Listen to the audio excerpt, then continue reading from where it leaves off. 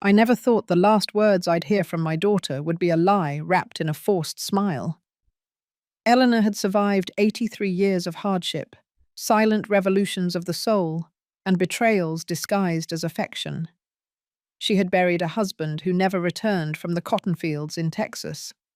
She had raised 4 children alone on a ranch where water was worth more than gold, and she had cooked until her fingers were raw, just so those children could study, eat, and dream of a future she never had. But nothing, absolutely nothing in her entire life, prepared her for the moment when her own flesh and blood looked her in the eyes and lied with the ease of someone asking for salt. "Don't cry, Mum. It's only for a few days, I promise." Those words still echoed in her head like broken, out-of-tune bells as she sat on a green plastic chair beside a dirty window overlooking an empty courtyard. The nursing home smelled of cheap disinfectant, mixed with old urine and reheated food. The walls were the color of sadness, a yellow that once tried to be cheerful, but now just looked sick. From where she sat, Eleanor could see other seniors wandering aimlessly, some talking to themselves, others just waiting. Waiting for what? No one knew anymore. Maybe death, maybe a visit, maybe a miracle. It had been 3 months since her daughter Patrice left her here. 3 months without a phone call, 3 months without a visit, 3 months hoping the door would open and she would see the face she had watched be born, grow up, laugh, and cry. But the door never opened for her. It opened for others, for those whose children kept their promises, for those who still mattered. Eleanor closed her eyes and let the memory flood her like the muddy water of a rising river. She could clearly see that day in June, when Patrice arrived at her small wooden house outside of Raleigh, North Carolina, driving a new SUV that shone so brightly under the sun it hurt her eyes. Patrice stepped out of the vehicle wearing dark sunglasses and a white dress, which was entirely inappropriate for the dusty ranch. Her hair was pulled back in a tight bun, and her lips were painted a deep red that made her look like a stranger, an unfamiliar person. Eleanor had come out onto the porch, wiping her hands on her apron, surprised to see her daughter on a Tuesday afternoon. Usually, Patrice only visited for Thanksgiving, and only if she didn't have other plans. "Mum, I need to talk to you," Patrice had said, without even hugging her, without asking how she was, without noticing that her mother had lost so much weight, the bones in her wrists looked like dry sticks about to snap. They went inside and sat at the wooden kitchen table Eleanor had inherited from her own mother. It was a table that had seen weddings, christenings, wakes, and all the small daily tragedies of a family living paycheck to paycheck. Patrice refused the coffee her mother offered. Instead, she pulled some papers from her designer handbag and slapped them onto the table with a dry thud that rattled the salt shaker. "Mom, this can't go on," Patrice began, without looking her in the eyes. "You live here all alone, in the middle of nowhere. You have no one nearby. What if you fall? What if you get sick? I found a perfect place for you, a place where you will be cared for, where there are nurses all the time, where there are people your age. You'll be better off." Eleanor felt the air rush out of her chest. She knew those words. She had heard them before in the community when Mrs. Higgins was taken to a home by her children because it was what was best for her. Mrs. Higgins had died 6 months later without having seen her house, her chickens, or her herb garden again. She had died calling for her children, but none of them arrived in time for the funeral. "I don't want to go anywhere, honey," Eleanor said, her voice trembling. "This is my home. I was born here. I lived here with your father. I raised all of you here. You can't just remove me like I'm an old piece of furniture." Patrice sighed impatiently, as if she were explaining the obvious to a stubborn child. "Mom, don't be dramatic.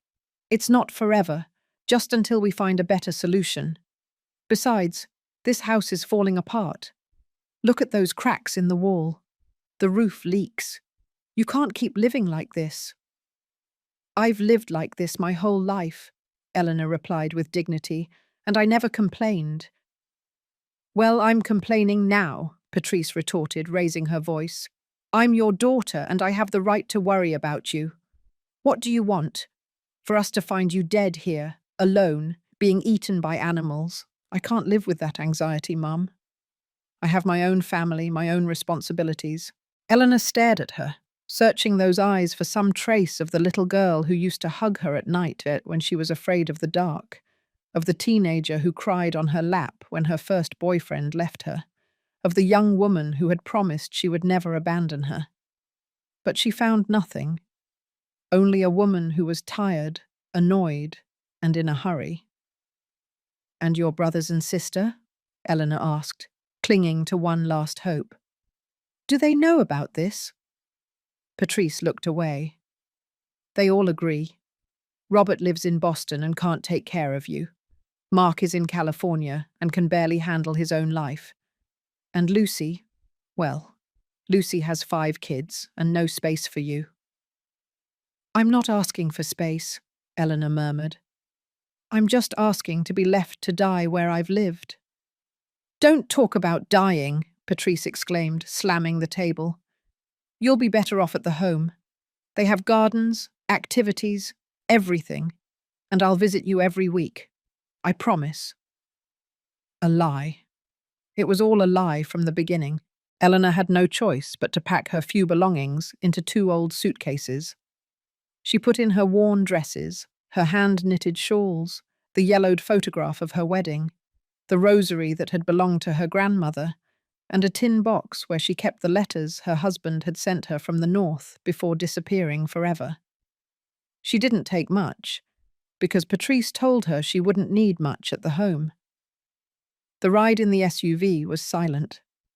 Eleanor looked out the window as her ranch grew smaller and smaller, as the hills where she had played as a child became blurry spots on the horizon, as her entire world receded with every mile traveled. Patrice had the radio on, tuned to a modern music station that sounded like nothing but noise to Eleanor. They didn't speak during the 3-hour drive. When they arrived at the nursing home, Eleanor felt her soul drop to her feet. The building was a grey 2-story structure with bars on the first-floor windows. The garden Patrice had mentioned was barely a square of yellowed grass, with 2 cement benches and a dead tree. At the entrance, a faded sign read, "Sunset Haven, home for senior adults." But it didn't look like a home. It looked like a place where people went to be forgotten. A hefty nurse with a stained uniform met them at the door. She didn't even smile. She just checked the papers Patrice handed her, nodded, and told Eleanor to follow her. Patrice gave her a quick, dry hug, without any warmth. "Don't cry, Mum. It's only for a few days. I promise. I'll come see you next week," Patrice said, as she already backed away toward the SUV. She didn't look back.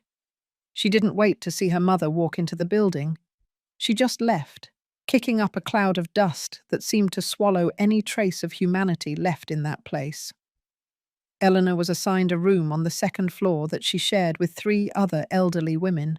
The beds were rusted metal with thin mattresses that smelled of dampness. There were no curtains on the windows. There were no pictures on the walls. There was nothing to make the place feel like a home. Her roommates barely looked up when she entered. One of them, a tiny woman with completely white hair, was tied to the bed with sheets because, according to the nurse, she kept trying to escape at night. That first night, Eleanor cried silently, her face buried in the rough pillow, biting her lips to keep quiet. She didn't want the others to hear her. She didn't want to be a nuisance. Her whole life she had learned not to be a nuisance, not to ask, not to demand, to be content with the crumbs life gave her. The days in the nursing home settled into a cruel and monotonous routine. They were woken up at 6 in the morning when a nurse came in yelling and hitting the bed rails. Breakfast was always the same: watery oatmeal, a piece of stale toast, and burned coffee that tasted like dirt. At 9 came pill time, when they handed out medications that many of the seniors didn't even need, but that kept them quiet, docile, and subdued. Eleanor refused to take the pills for the first week. "I'm not sick," she told the nurse. "I don't need that." But the nurse, a young woman with cold eyes named Bernice, grabbed her arm tightly and told her, "All the old ladies here take their pills. Don't waste my time." When Eleanor continued to resist, Bernice called 2 aides who held her down while they forced the pills into her mouth and pinched her nose until she swallowed. From that day on, Eleanor learned that there was no room for dignity in this place. The director of the nursing home was a man named Garth Swanson, a heavy man in his 50s with a thick moustache and a constantly sweaty shirt. He was rarely seen. He spent most of his time in his office, counting the money families paid to keep their seniors locked up here. He charged $4,000 a month for each resident, but the food was cheap, the mattresses old, the medicine generic, and the staff minimal. The rest of the money he kept for himself, storing it in a safe everyone knew existed, but no one dared to mention. There were rumors that Garth had connections with important people in the city government, which was why no one ever inspected the home, and why he could operate with complete impunity, even though the conditions were deplorable. The seniors whispered these things in corners, afraid of being overheard, because those who complained out loud were punished. They were locked in a dark room in the basement everyone called the pit, where they were left all day without food or water until they learned to behave. Mr. Harrison, an old farmer from Tennessee, who had worked in the fields his whole life, was taken to the pit for complaining that the lunch meat was spoiled. When they took him out 12 hours later, he was pale, trembling, and never spoke another word. He sat in his chair every day, staring into space, waiting for death like one waits for the last train of the night. Eleanor watched all this with a broken heart.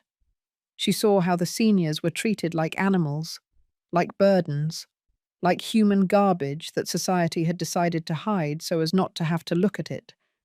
Some had been teachers, others farmers, some merchants and housewives who had raised entire families. They all had stories, dreams that were once real, loves that had made them feel alive. But here, at Sunset Haven, none of those stories mattered. Here they were just numbers on a list, mouths to feed as little as possible, bodies to keep alive just long enough to continue collecting the monthly fee. The only person in the entire home who showed any humanity was a young woman named Lupe, a slender girl about 20 years old who worked in the kitchen and sometimes helped bathe the seniors. Lupe had sad eyes that seemed to hold her own troubles, but she always found a moment to smile, to ask how they were, to stay and chat for a while when no one was watching. One afternoon, while Lupe was helping Eleanor change her clothes, the elderly woman finally dared to ask her, "Why do you work here, dear?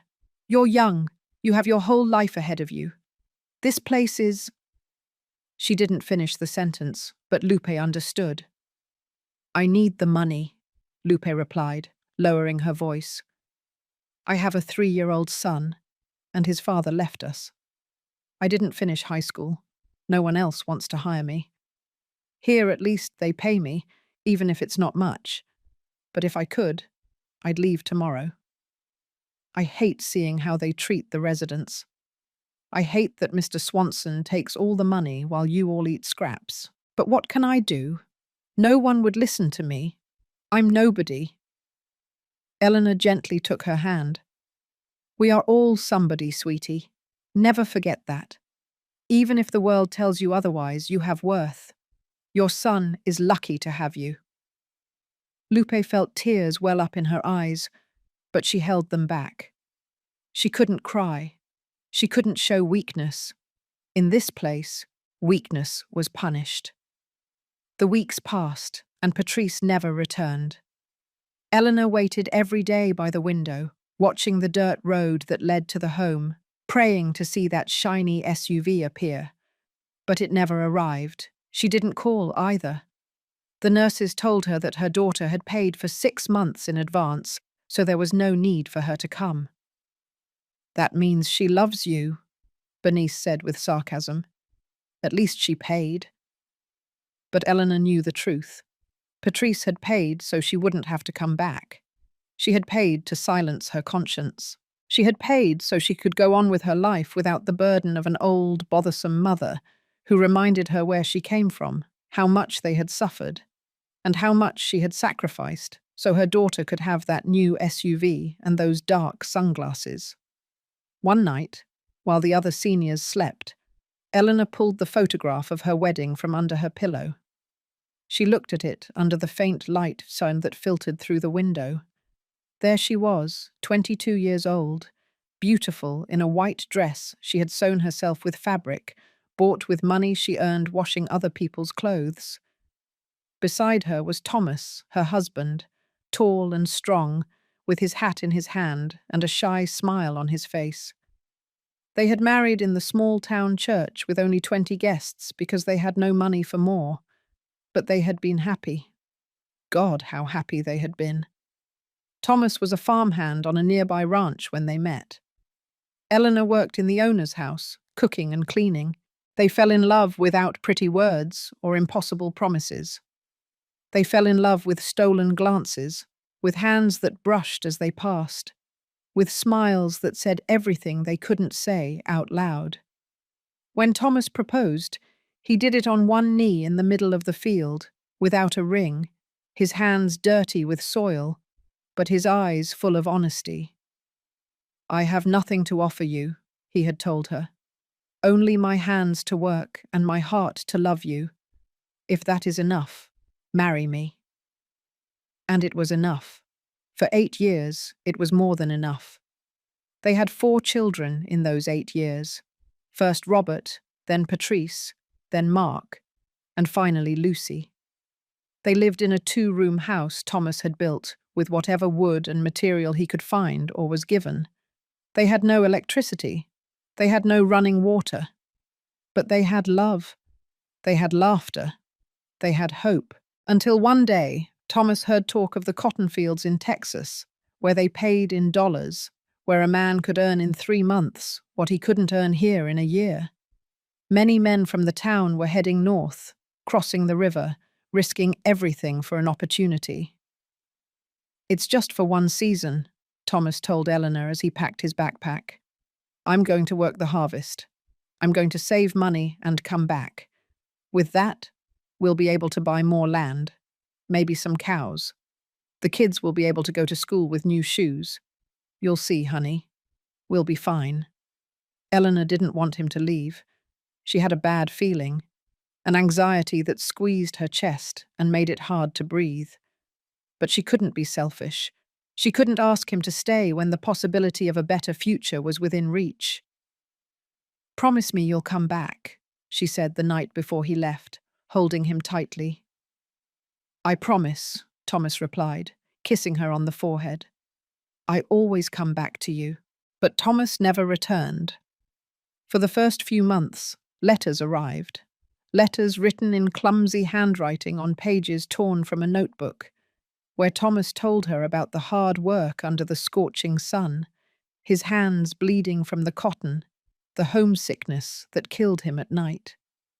He told her that he loved her, that he loved their children, and that he would soon have enough money to return.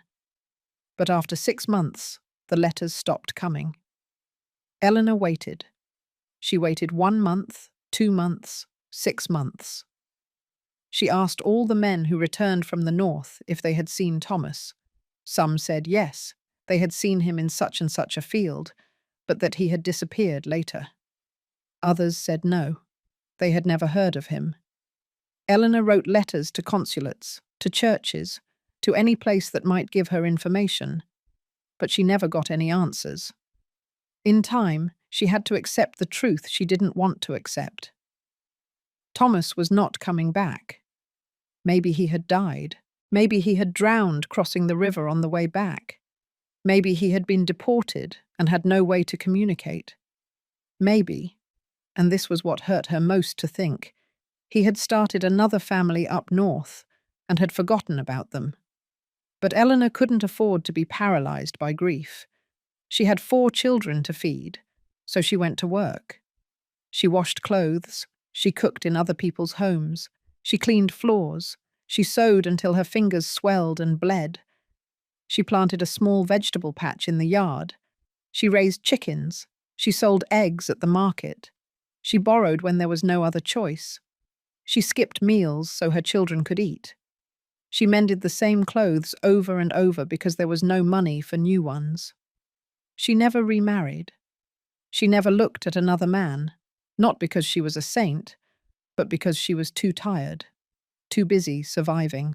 Besides, a part of her was still waiting for Thomas to show up one day on the road, with his shy smile and a reasonable explanation for why he had taken so long. The years passed. The children grew up.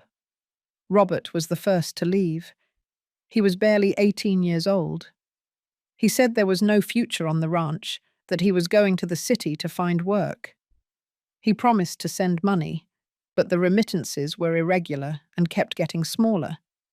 Then Mark also went north, following the same path as his father, swearing that he would return with enough money for everyone. He also disappeared into the uncertain horizon of the American dream. Patrice and Lucy were the last to leave. Patrice studied at a business school thanks to the savings Eleanor had guarded, coin by coin, for years. She got a job in an office in the city, met a man with money, and married quickly. Since then, her visits became more and more sporadic. Lucy married young, too young, to a man who turned out to be an alcoholic and abusive. She had 5 children before she turned 30 and lived in such a precarious situation that Eleanor couldn't ask her for help even if she wanted to. And so, Eleanor was left alone on the ranch, alone with her memories, her pain, her silences. But she didn't complain. She never complained, because that's what she had been taught, that women like her had no right to complain, that their destiny was to suffer in silence, with dignity, without bothering anyone. Until that day in June, when Patrice showed up with her papers and her lies. Now, 3 months later, Eleanor was still sitting by that dirty window, looking out at an empty road, waiting for a daughter who wouldn't come. But something had changed inside her. A silent, contained rage was beginning to grow like weeds in the cracks of her heart. It wasn't fair. None of this was fair. She had given her entire life for her children. She had given them her youth, her health, her dreams. And now, when the only thing she needed was not to die alone in a strange place, she couldn't even have that. One afternoon, while she was in the dining hall eating the watery soup that passed for lunch, she heard 2 nurses talking in low voices near the kitchen. One of them was saying, "Did you hear about the old lady in room 7? Her daughter paid for another 6 months. Imagine that. The old woman thinking they were going to take her out soon. And it turns out the family doesn't even remember her anymore. Mr. Swanson is happy, of course. More money for him." Eleanor felt the spoon fall from her hands. Patrice had paid for another 6 months. 6 more months in this hell, without even telling her, without even calling. That night, when Lupe came to collect the dinner trays, she found Eleanor sitting on her bed, staring blankly, her hands trembling. "Mrs. Eleanor, are you all right?" Lupe asked, worried. The elderly woman looked up, and Lupe saw something in those eyes she hadn't seen before. It wasn't sadness. It wasn't resignation. It was fury. An old, deep fury, the kind that accumulates over a lifetime of injustice. "No, sweetie," Eleanor replied in a firm voice. "I'm not all right. But I'm going to be. I promise you, I'm going to be." Eleanor's transformation was neither immediate nor loud. It was silent, like all true revolutions that occur in the soul of people who have been trampled for too long. Over the next few weeks, she stopped sitting by the window waiting. She stopped looking at the empty road with pleading eyes. She stopped clinging to the illusion that her daughter would come for her. Instead, she started to observe, to pay attention, to understand how this place that called itself a home but was more like a prison with yellowish walls and invisible bars really worked. She noticed that Mr. Swanson arrived every Friday afternoon in his black sedan, always well-dressed, always smelling of cologne and money.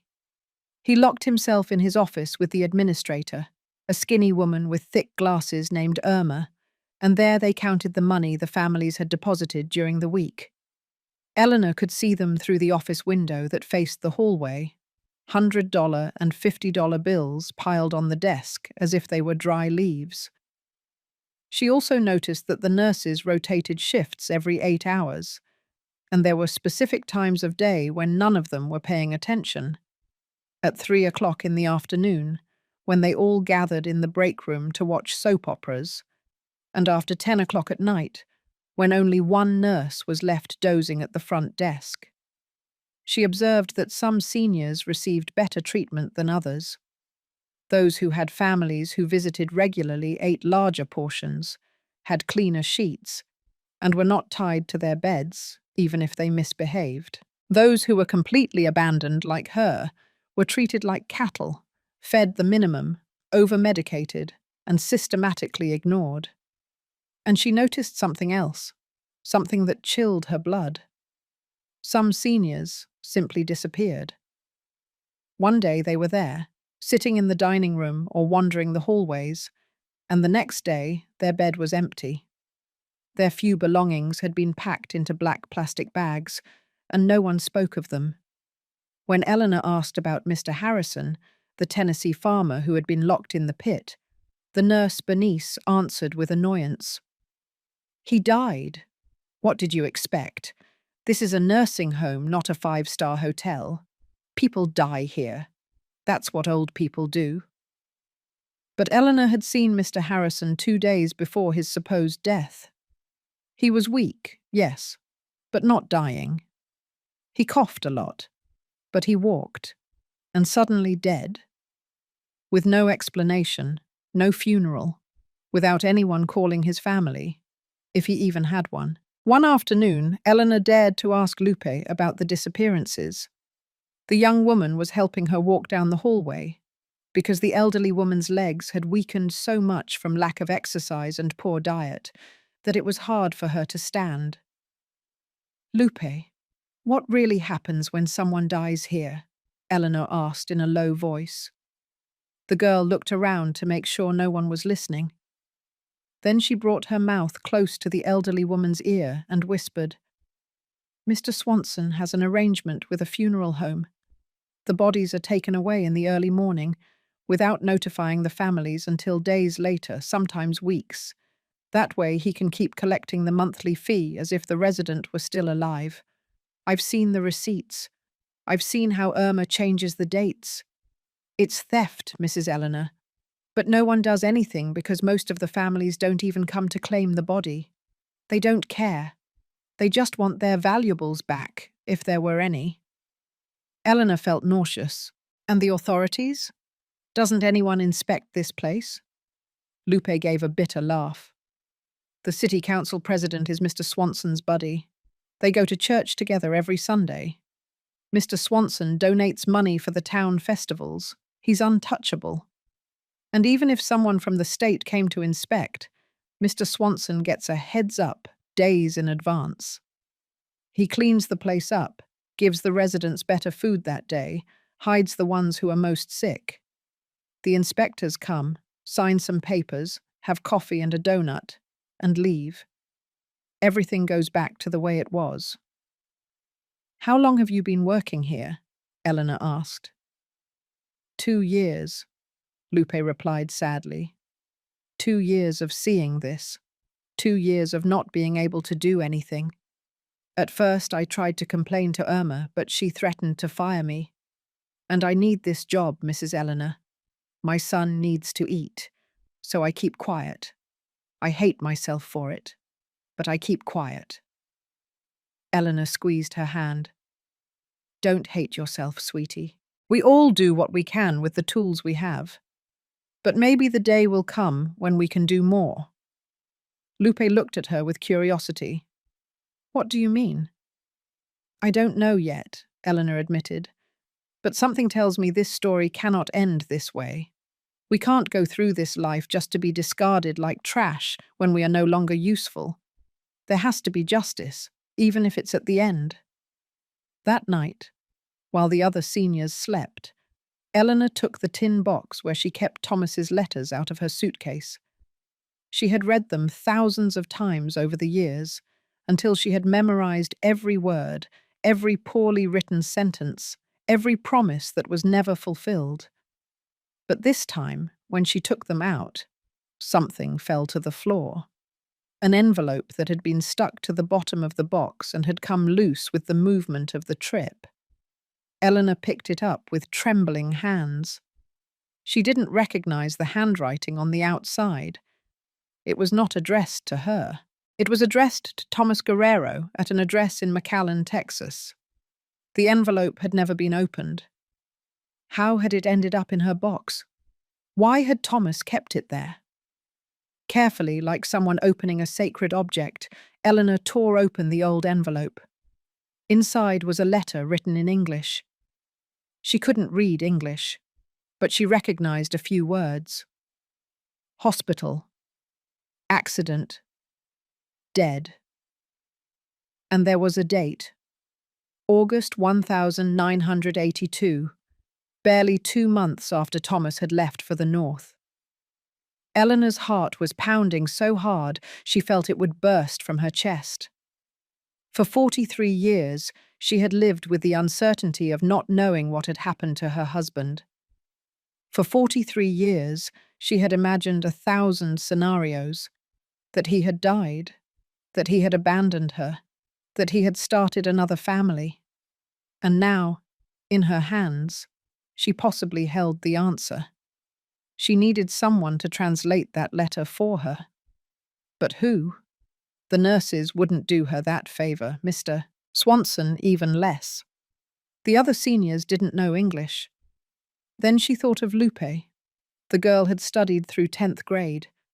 Maybe she knew some English. The next morning, during breakfast, Eleanor waited for Lupe to pass near her table. When she did, the elderly woman gently touched her arm and discreetly showed her the envelope. Can you read this for me, sweetie? It's important. Lupe took the letter and read it quickly. Her expression changed from curiosity to sadness. She looked at Eleanor with eyes full of compassion and shook her head. Not here, ma'am. I'll see you in your room after lunch. The hours until lunch were endless. Eleanor could barely eat. The knot in her stomach was so big she felt like she would suffocate.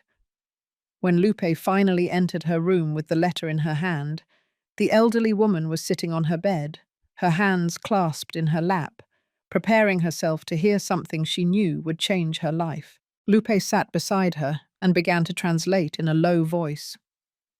Dear Mr. Guerrero, we regret to inform you that the worker Thomas Guerrero passed away on August 10th, 1982, at our facility due to complications arising from a workplace accident that occurred in the cotton fields. Mr. Guerrero suffered severe heat stroke, which led to cardiac arrest. He was transported to the hospital as an emergency, where he died 5 days later without regaining consciousness. His personal belongings were sent to the address registered in his contract. We regret your loss. Signed, Management, Cotton Fields, Inc. The silence that followed was absolute, a silence so deep it seemed to swallow all the oxygen in the room. Eleanor closed her eyes. She felt 43 years of doubt, of unanswered questions, of nights spent crying without knowing, finally fall into place. Thomas had not abandoned her. Thomas had not started another family. Thomas had died alone in a foreign hospital, without being able to say goodbye, without being able to send a last message, without being able to keep his promise to return. "Why didn't they ever tell us?" Eleanor murmured, her voice broken. "Why didn't this letter ever arrive? Why didn't anyone say anything to us?" Lupe shook her head. "I don't know, Mom. Maybe they sent it to the wrong address. Maybe it got lost in the mail. Maybe nobody simply cared enough to make sure it got here." Eleanor opened her eyes, and a solitary tear rolled down her wrinkled cheek. "My whole life I thought he had left me. My whole life I had that thorn stuck inside, and it turns out he was dead. Dead and alone. Just like I'm going to die. Just like we all die here." "Don't say that," Lupe whispered, taking her hand. "Why not?" Eleanor retorted with a mixture of pain and rage. "It's the truth. My husband died alone and abandoned in a strange country. I'm going to die alone and abandoned in this home. And my children, who have everything thanks to my sacrifice, won't even come to my funeral. Tell me, sweetie, where is the justice in that?" Lupe had no answer. She could only squeeze the elderly woman's hand and silently share her pain. That revelation changed something fundamental in Eleanor. It was as if a missing piece of her life had finally clicked into place, and although it hurt, it was also liberating. Thomas had loved her. Thomas had tried to come back. Thomas had kept his promise as much as he could. It wasn't his fault. It wasn't anyone's fault, except perhaps a cruel system that treated migrant workers as disposable tools.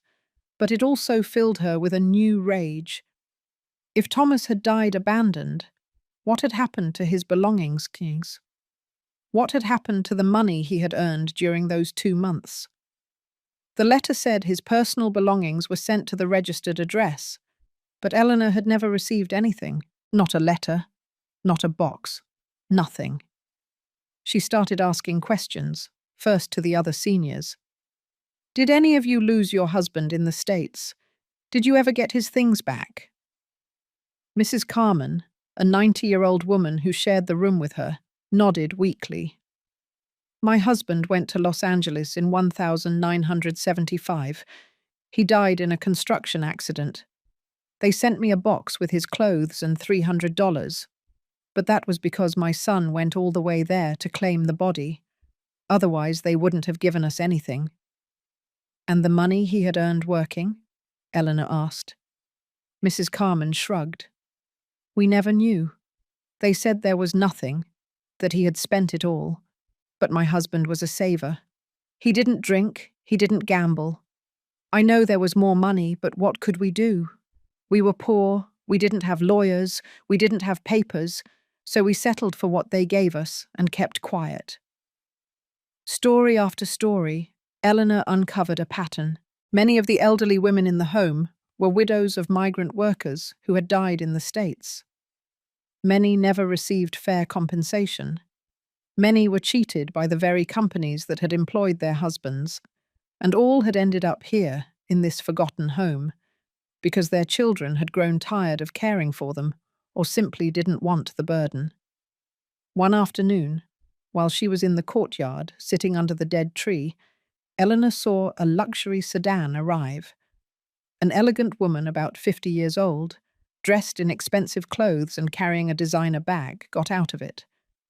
The woman went into the home and minutes later came out accompanied by a small, frail, elderly woman. It was Mrs. Hernandez, a woman who had arrived at the home 2 weeks before Eleanor. Eleanor watched the scene with curiosity. The elegant woman helped Mrs. Hernandez into the car, but she did it roughly, without affection. She heard snippets of the conversation. "You signed the papers, Mom. The house is officially in my name now. Now you'll stay here permanently. Don't worry about a thing." Mrs. Hernandez cried silently as she was practically pushed back into the home. The daughter didn't even stay to chat with her. She simply handed her a plastic bag with a few things and left, leaving a trail of dust and abandonment. That night, Eleanor approached Mrs. Hernandez in the dining hall.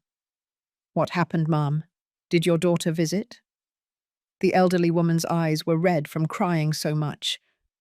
"She came to make me sign papers. She took the house from me.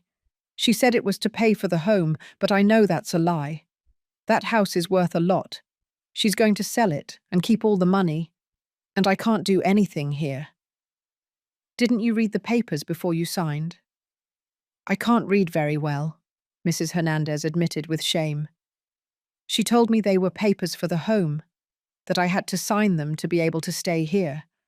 And I believed her. I've always believed everything my children tell me. What else can I do?" Eleanor felt the rage growing inside her like fire. It wasn't just her story. It wasn't just Patrice's abandonment.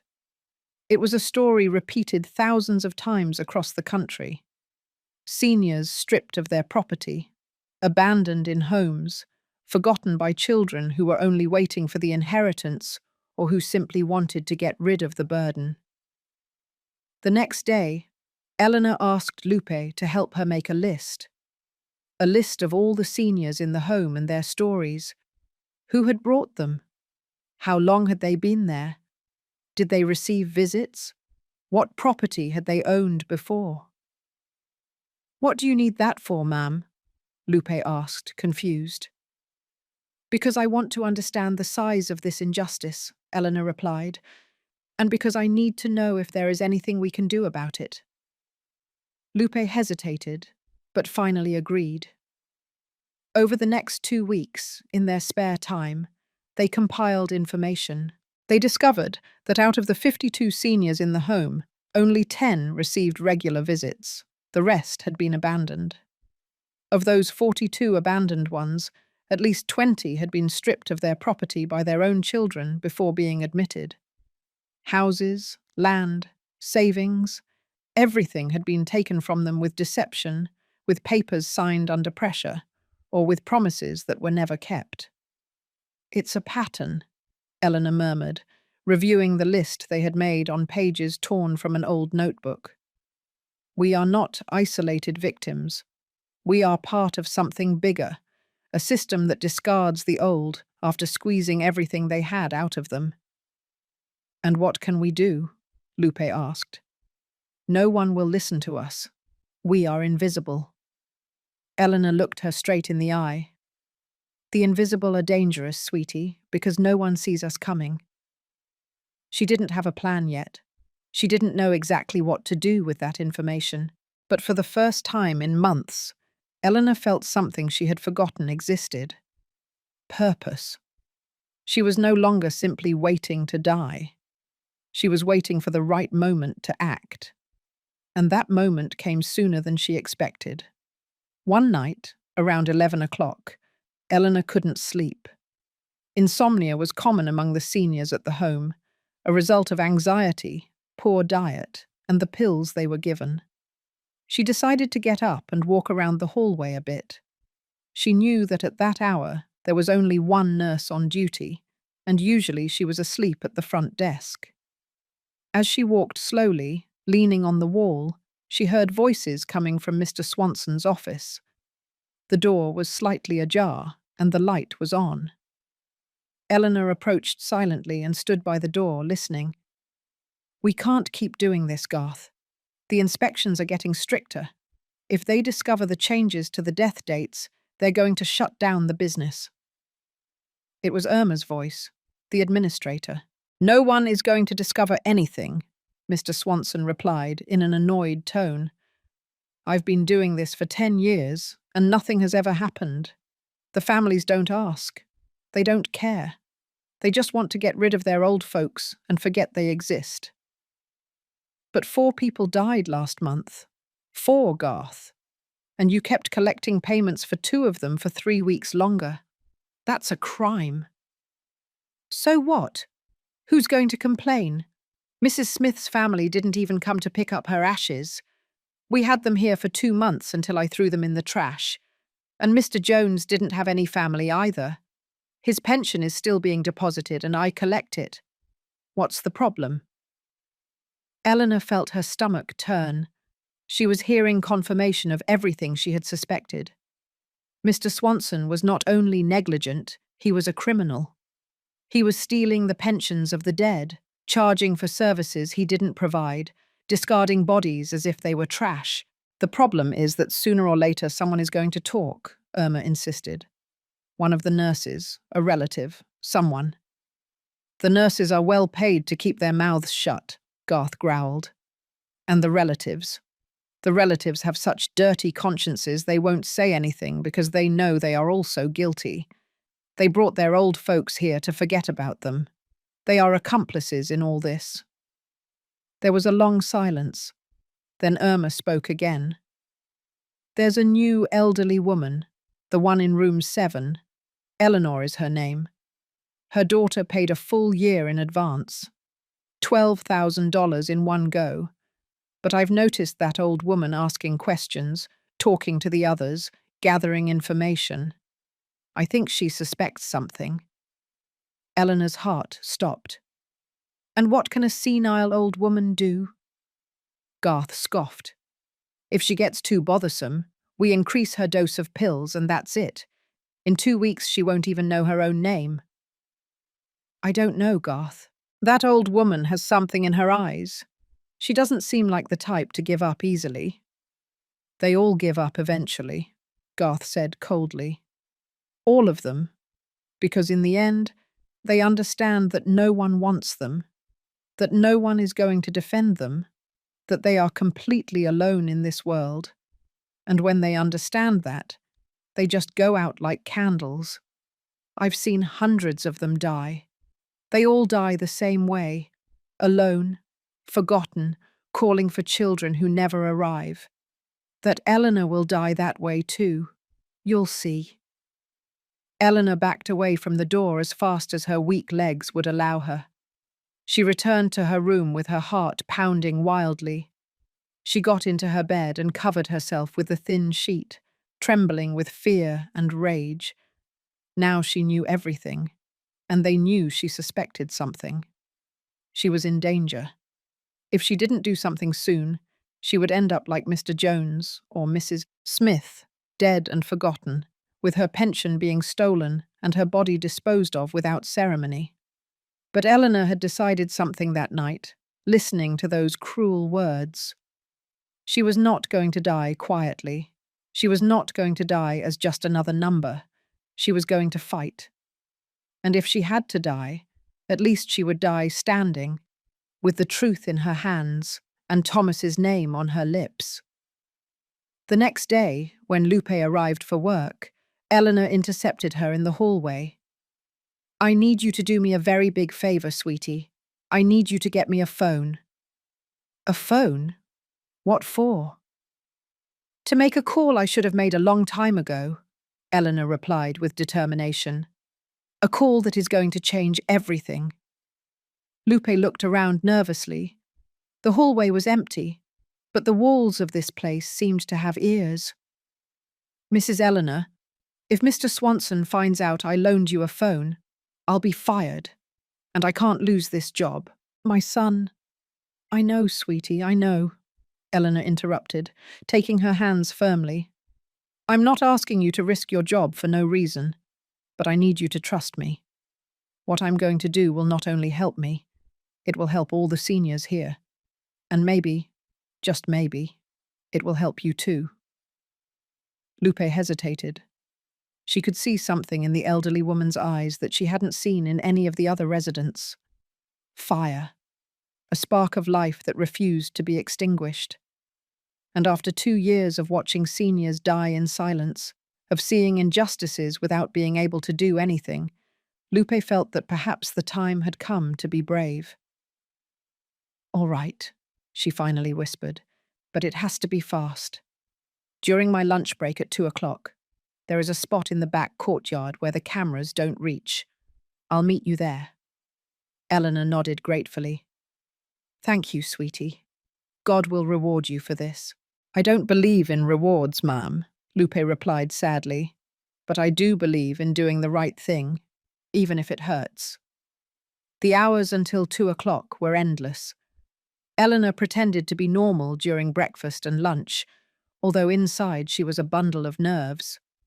She took the pills they gave her without resisting, but as soon as the nurse turned around, she discreetly spat them into a napkin. She needed to have a clear mind for what was coming.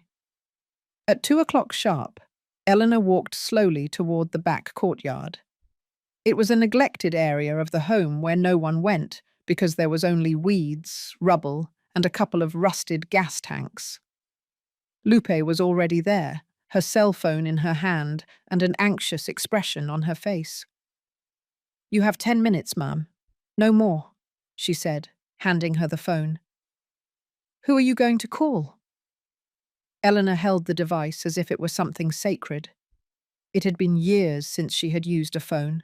On the ranch, there was no phone line, and she had never had money to buy a cell phone. "I'm going to call my daughter, Patrice. I need to hear her voice. I need to know if there is still anything left of the girl I raised." Lupe dialed the number Eleanor gave her, the only one she knew by heart, because she had seen it written on a paper Patrice had left for emergencies. The phone rang once, twice, 3 times. Eleanor felt her heart quicken with every ring. On the 4th ring, someone answered, but it wasn't Patrice. "Hello?" a young, bored female voice said. "Patrice?" Eleanor asked, her voice trembling. "No, she's not here. Who is this?" I'm her mother. When will she be back?" There was a pause. Then the voice said, "Oh, it's you. Look, ma'am, Mrs. Patrice told me that if you called, I should tell you that she is very busy, that everything is fine, and not to bother her." The words fell on Eleanor like stones. "Who are you?" "I'm Jenna, the girl who works here at the house. I clean and all that. Mrs. Patrice made it very clear that I shouldn't put your calls through.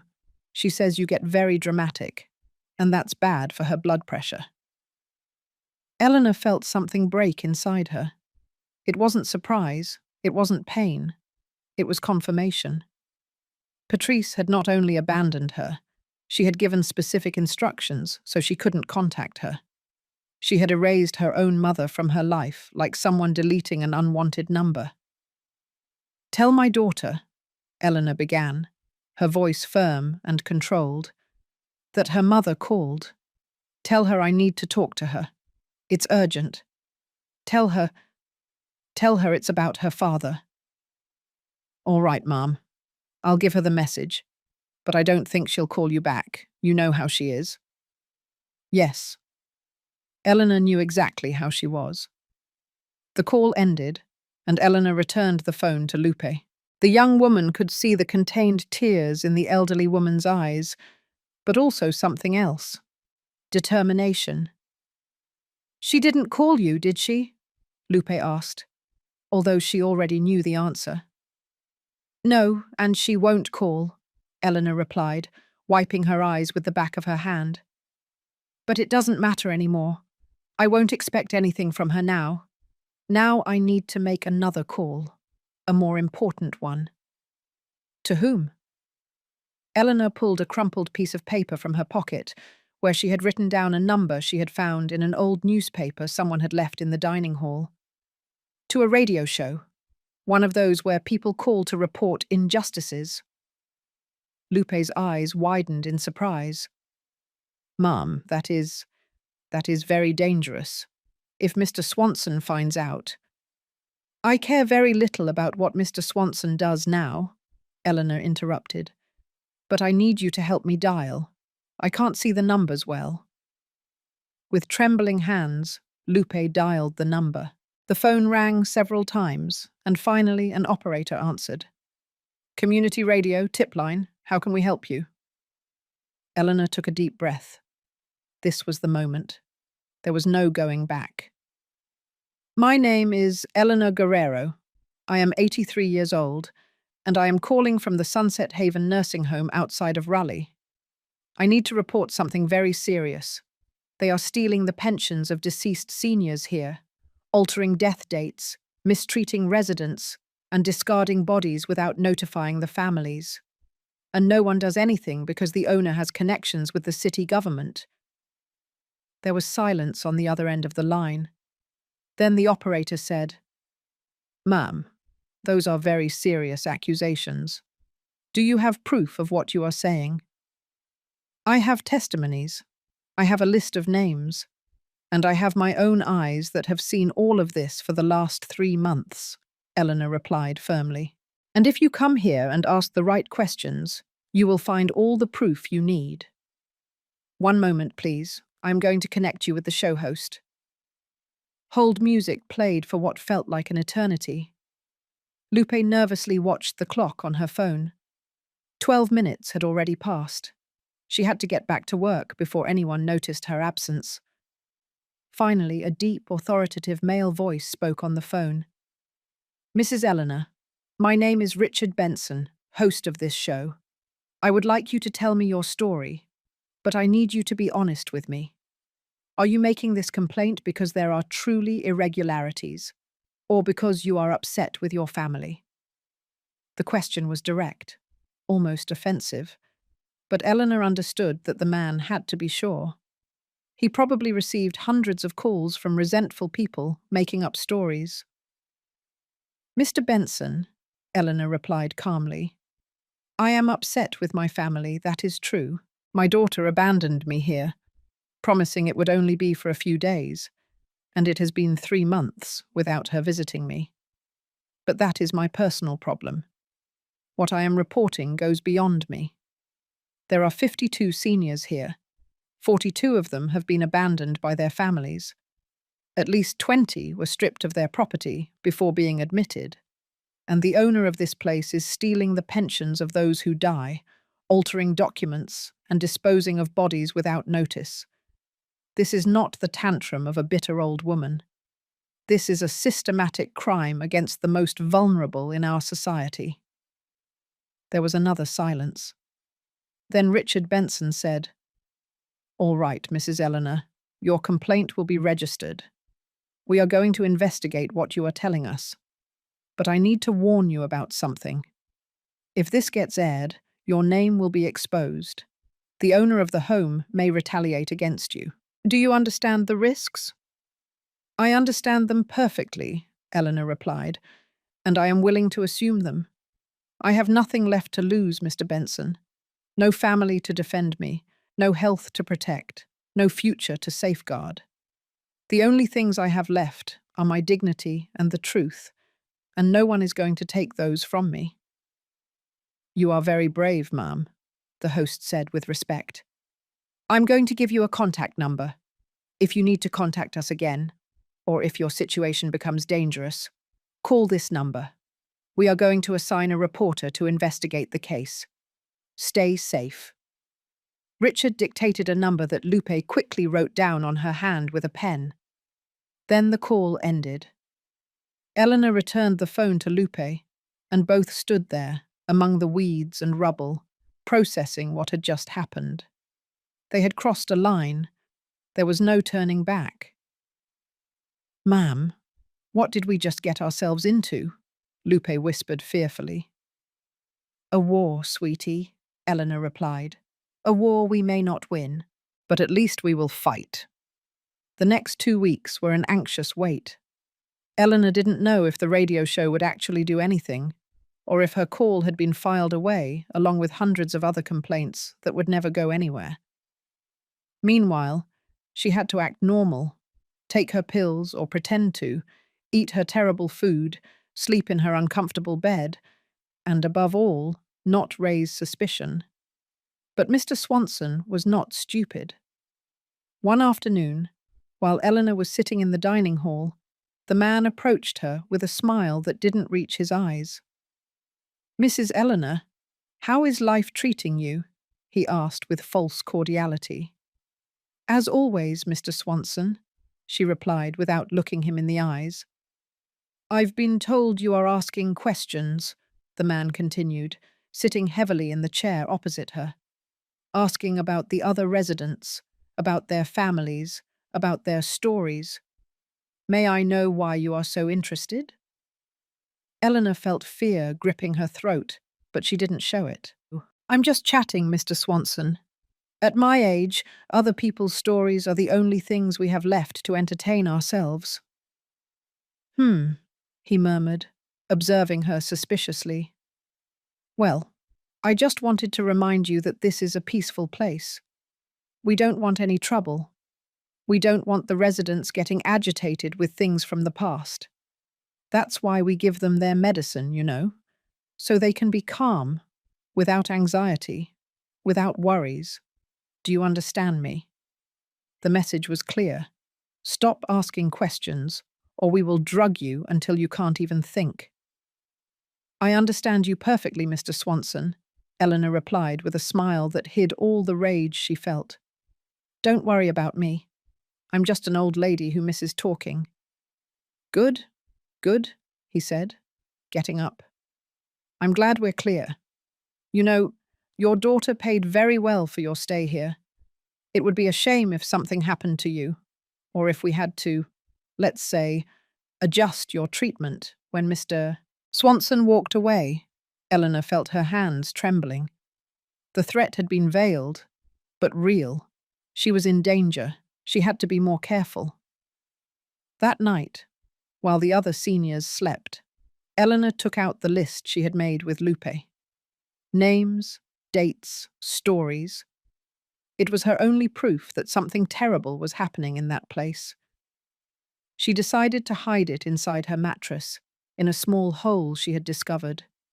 It wasn't the best hiding spot, but it was better than nothing. She also took out the letter about Thomas's death. She read it again, although she already knew it by heart. And suddenly something caught her attention. At the bottom of the letter, almost erased by time, was a line that said, "Compensation pending, 2,500 USD. Compensation? What compensation? The next day, she asked Lupe if she could search the internet for what that meant. The young woman waited until her lunch break and searched for information about compensation for workplace deaths in the United States. Ma'am, Lupe said, her eyes wide. In the States, when a worker dies on the job, the company has to pay compensation to the family. In 1982, $2,000 was a lot of money. Today it would be equivalent to… Wait, let me do the conversion. It would be like $7,500, more than 150,000 pesos. Eleanor felt her breath catch. And I never received anything? How is that possible? Maybe they never knew how to contact you, Lupe suggested. Or maybe someone kept that money. Who? Who could have kept that money? Lupe shook her head. I don't know, Ma'am. More than 40 years have passed. It would be almost impossible to find out now. But Eleanor couldn't let go of the thought. 43 years of poverty. 43 years raising her children alone, working until her skin was raw, going hungry, wearing mended clothes, living in a house that was falling apart. And all that time, there had been money that belonged to her. Compensation for her husband's death. Money with which she could have given her children a better life. Money with which she could have had a dignified old age. The rage she felt at that moment was like an all-consuming fire. The next day, something unexpected happened. A man arrived at the home asking for Eleanor Guerrero. He was young, about 30 years old, with glasses and a camera hanging from his neck. The nurse, Bernice, told him he couldn't see any resident without the director's permission, but the man insisted. I'm a reporter from community radio. We have a complaint about irregularities in this home, and I need to speak with Mrs. Eleanor Guerrero. Bernice panicked. She immediately called Mr. Swanson, who came running from his office, his face red with fury. Who gave you permission to come here? He yelled at the reporter. This is a private place. You can't just walk in like this. It is a place that receives public funds Because several of its residents receive government pensions, the reporter replied calmly. And we have reasons to believe those pensions are being mishandled. Now, either you let me speak with Mrs. Eleanor voluntarily, or I will return with a court order and a police car. You decide. Mr. Swanson was trembling with rage, but he knew he had no choice. If he refused the reporter, it would confirm that he had something to hide. 5 minutes, he growled, and with a nurse present. Eleanor was taken to a small room that was usually used for families to visit their seniors privately. The reporter, who introduced himself as David Nelson, sat across from her with a recorder in his hand. Bernice stood in a corner, her arms crossed and a grim expression on her face.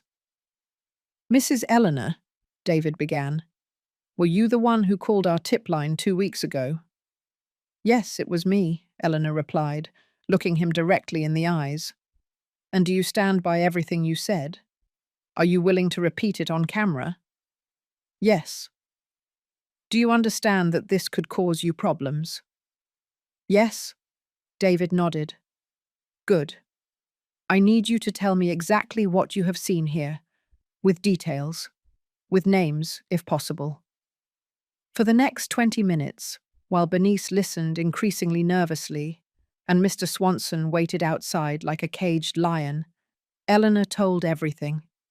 She spoke of Mr. Harrison and his mysterious disappearance. She spoke of Mrs. Smith, whose ashes were thrown in the trash. She spoke of the pension that continued to be collected for deceased seniors.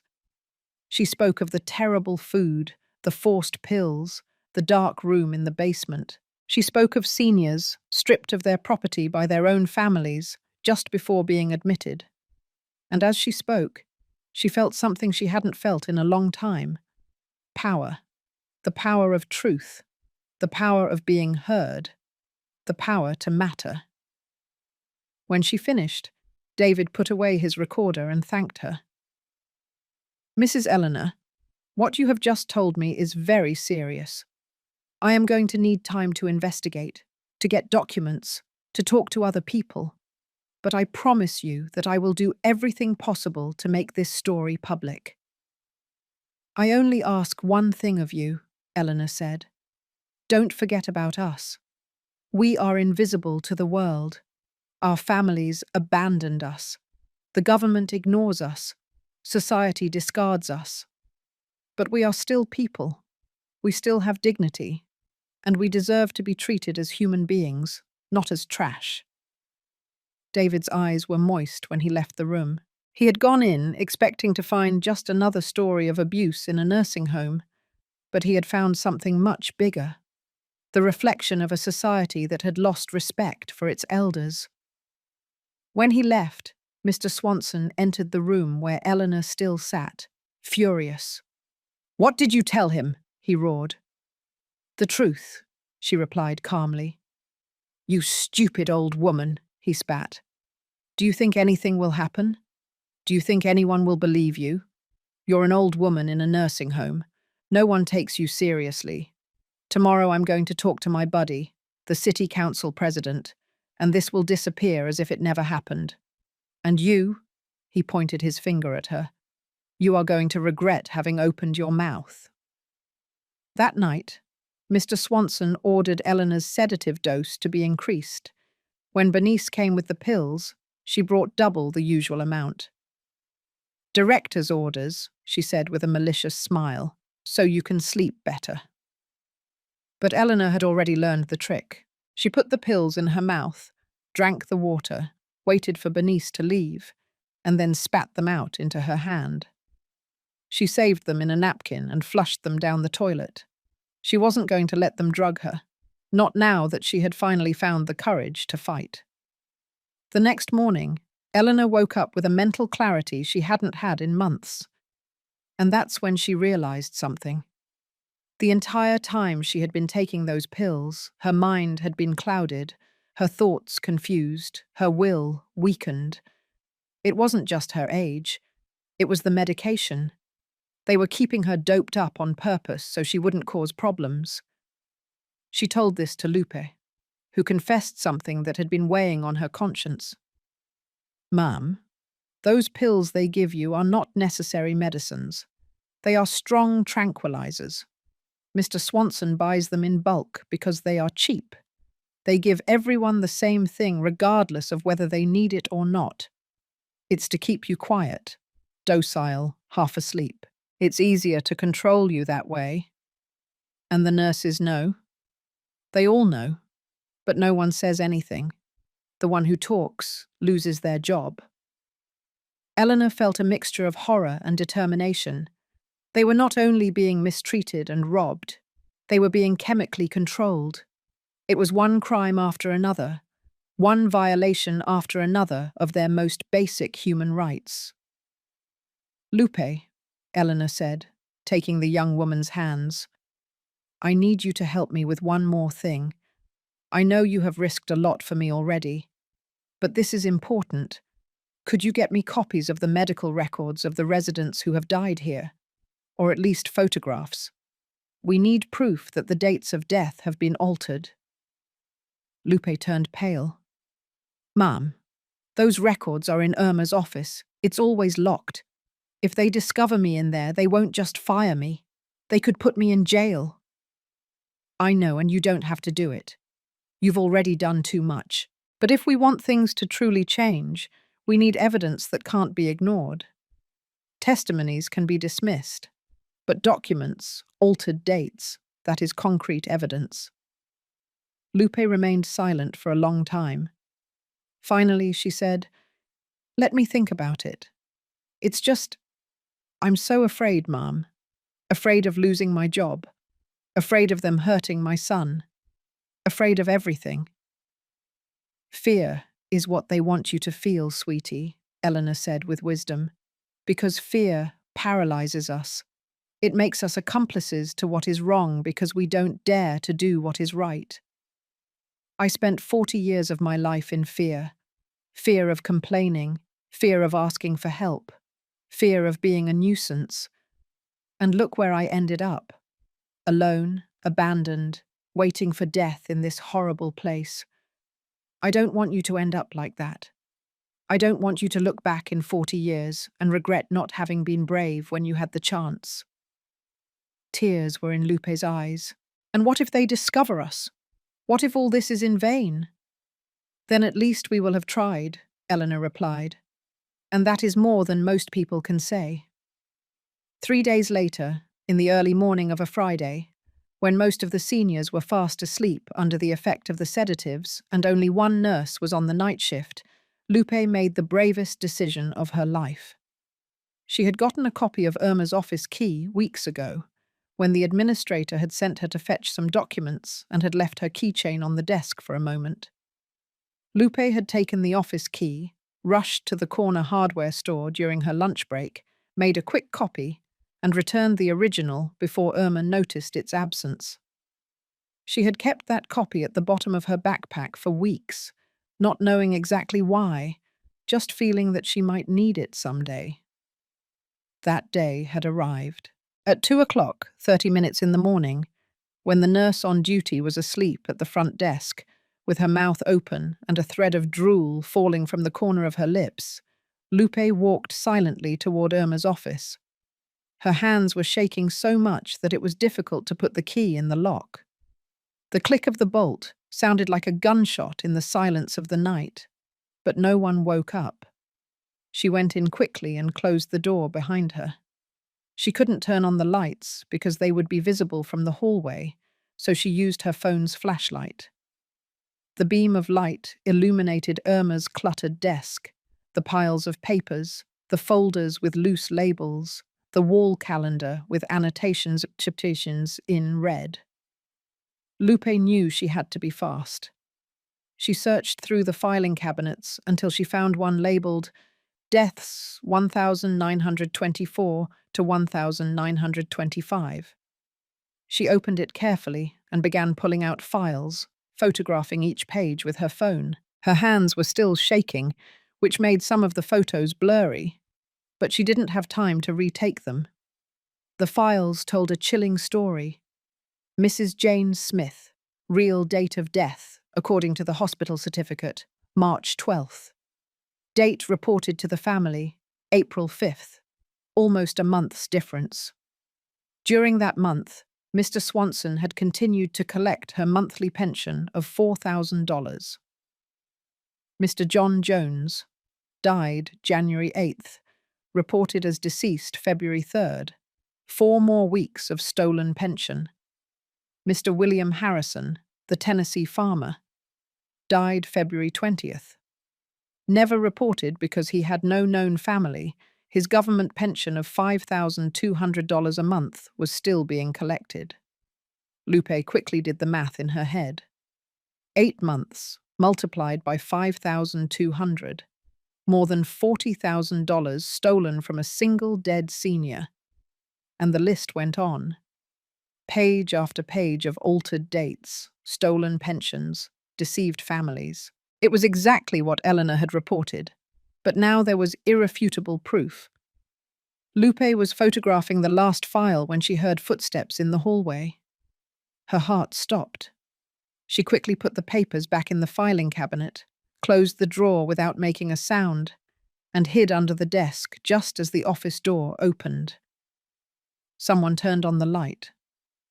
Lupe held her breath, making herself as small as possible under the desk, praying that whoever it was wouldn't come too close.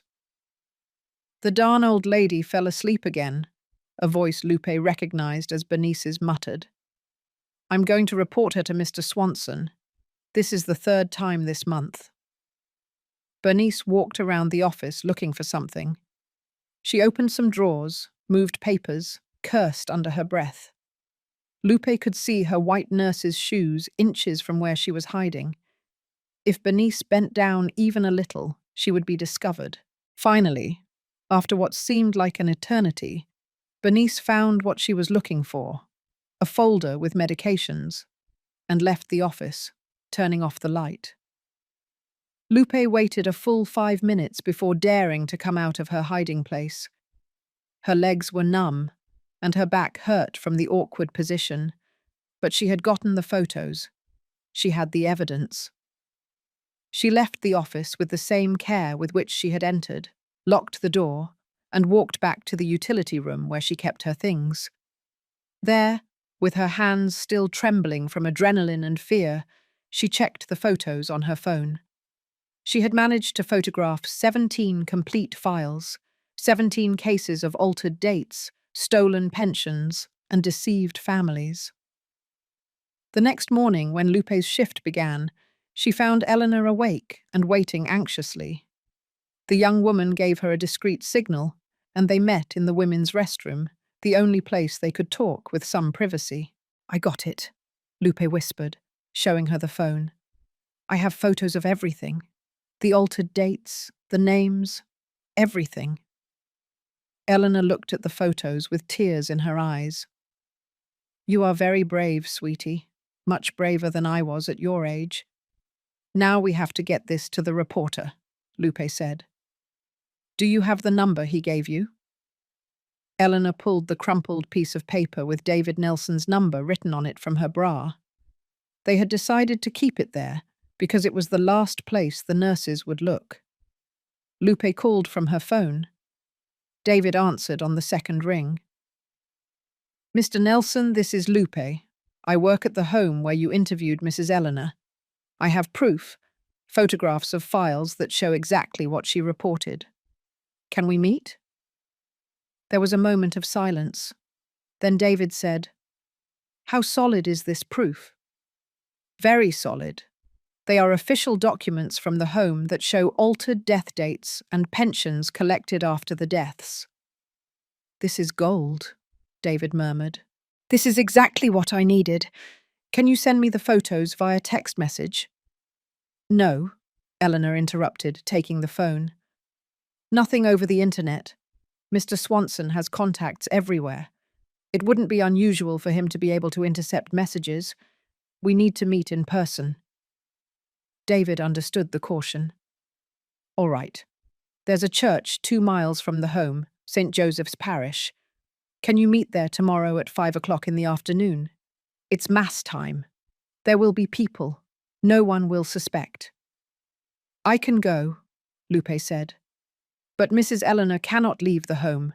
The seniors are not allowed to leave without written authorization from the family. Then you go, Eleanor said. Take the photos to him, and take him this, too.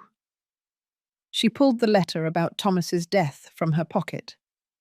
This letter proves that 43 years ago, I should have received compensation for my husband's death. I never received it. I want him to investigate what happened to that money. I want to know who kept it. The next day, Lupe asked permission to leave work early, inventing a story that her son was sick and she had to take him to the doctor. Irma grumbled, but gave her permission. At 5 o'clock sharp, Lupe was sitting on one of the back benches of St. Joseph's Parish, her backpack on her lap and her heart pounding. David arrived 5 minutes later, dressed discreetly without his camera or anything that would identify him as a reporter. He sat beside her, and they pretended to pray while speaking in whispers. Do you have them? Lupe discreetly handed him her phone. David quickly reviewed the photos, his eyes widening with each image. This is incredible. It's exactly what I needed. Can I keep the photos?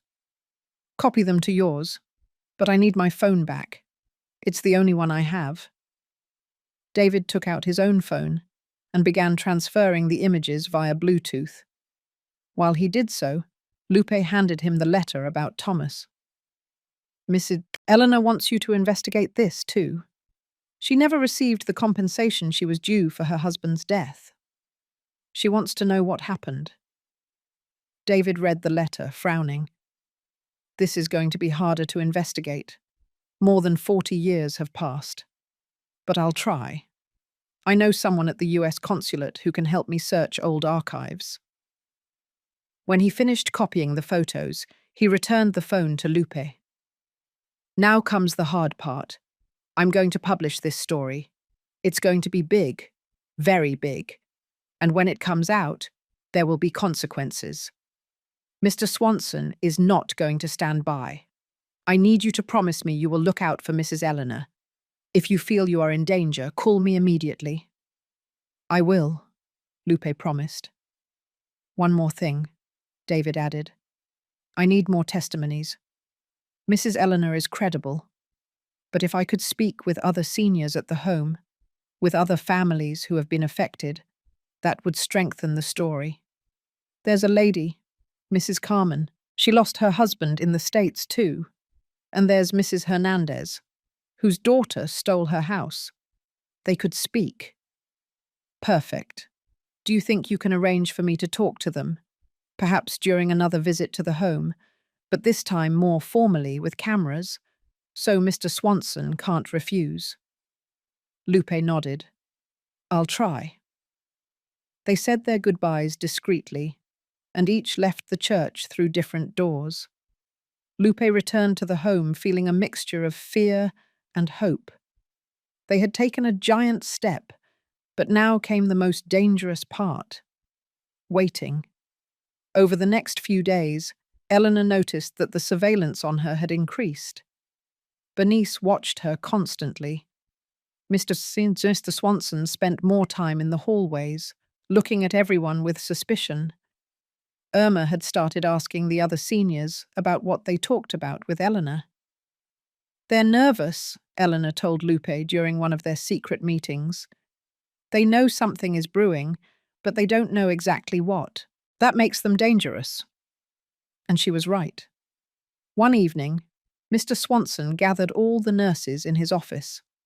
Lupe could hear parts of the conversation from the hallway. That damn reporter is snooping around. I need you to be alert. If anyone asks strange questions, notify me immediately. And that old woman, Eleanor, don't let her out of your sight for a second. If she gets too problematic, you know what to do. The next day, Mrs. Carmen woke up dead. They found her in her bed, her eyes open and an expression of terror frozen on her face. The nurses said it was a heart attack. Natural, expected at her age. But Eleanor had spoken with Mrs. Carman the night before, and the lady was fine. Weak, yes, but not dying. Eleanor felt a chill run down her spine. Had it really been natural? Or had Mr. Swanson decided to silence a potential witness? She had no way to prove it. There was no autopsy. The body was collected that same afternoon by the funeral home with which Mr. Swanson had an agreement. Everything very fast. Everything very convenient. Eleanor told Lupe her suspicions. The young woman turned pale. "Mum, if Mr. Swanson is capable of doing something like that, then you are in serious danger. Maybe we should—" "What? Give up now?" Eleanor interrupted. "No, sweetie. We've come too far. If Mrs. Carman died because of this, then we have to make sure her death is not in vain." But the fear was real and palpable. Eleanor began taking precautions. She asked Lupe to hide the list of names in a safe place outside the home. She stopped drinking any beverage or eating any food that she hadn't seen prepared with her own eyes. She slept with one eye open, alert for any strange sound. And then, 1 week after Mrs. Carman's death, David Nelson returned to the home. But this time he didn't come alone. He was accompanied by a cameraman, a producer, and a lawyer from a human rights organization. Mr. Swanson tried to deny them entry, but David had all the necessary permits. He had gotten an order from the State Human Rights Commission that allowed him access to the home to investigate the complaints of mistreatment. "You can enter," Mr. Swanson said through gritted teeth. "But everything you film here will be reviewed by my lawyer, and if you defame my business, I will sue you until you're left on the street." "We are only looking for the truth," David replied calmly. "If you have nothing to hide, you have nothing to fear." For the next 3 hours, David's team toured the entire home. They filmed the rooms with their rusted beds and stained mattresses. They filmed the dining hall with its cold, stale food. They filmed the communal restroom with its topless toilets and no hot water.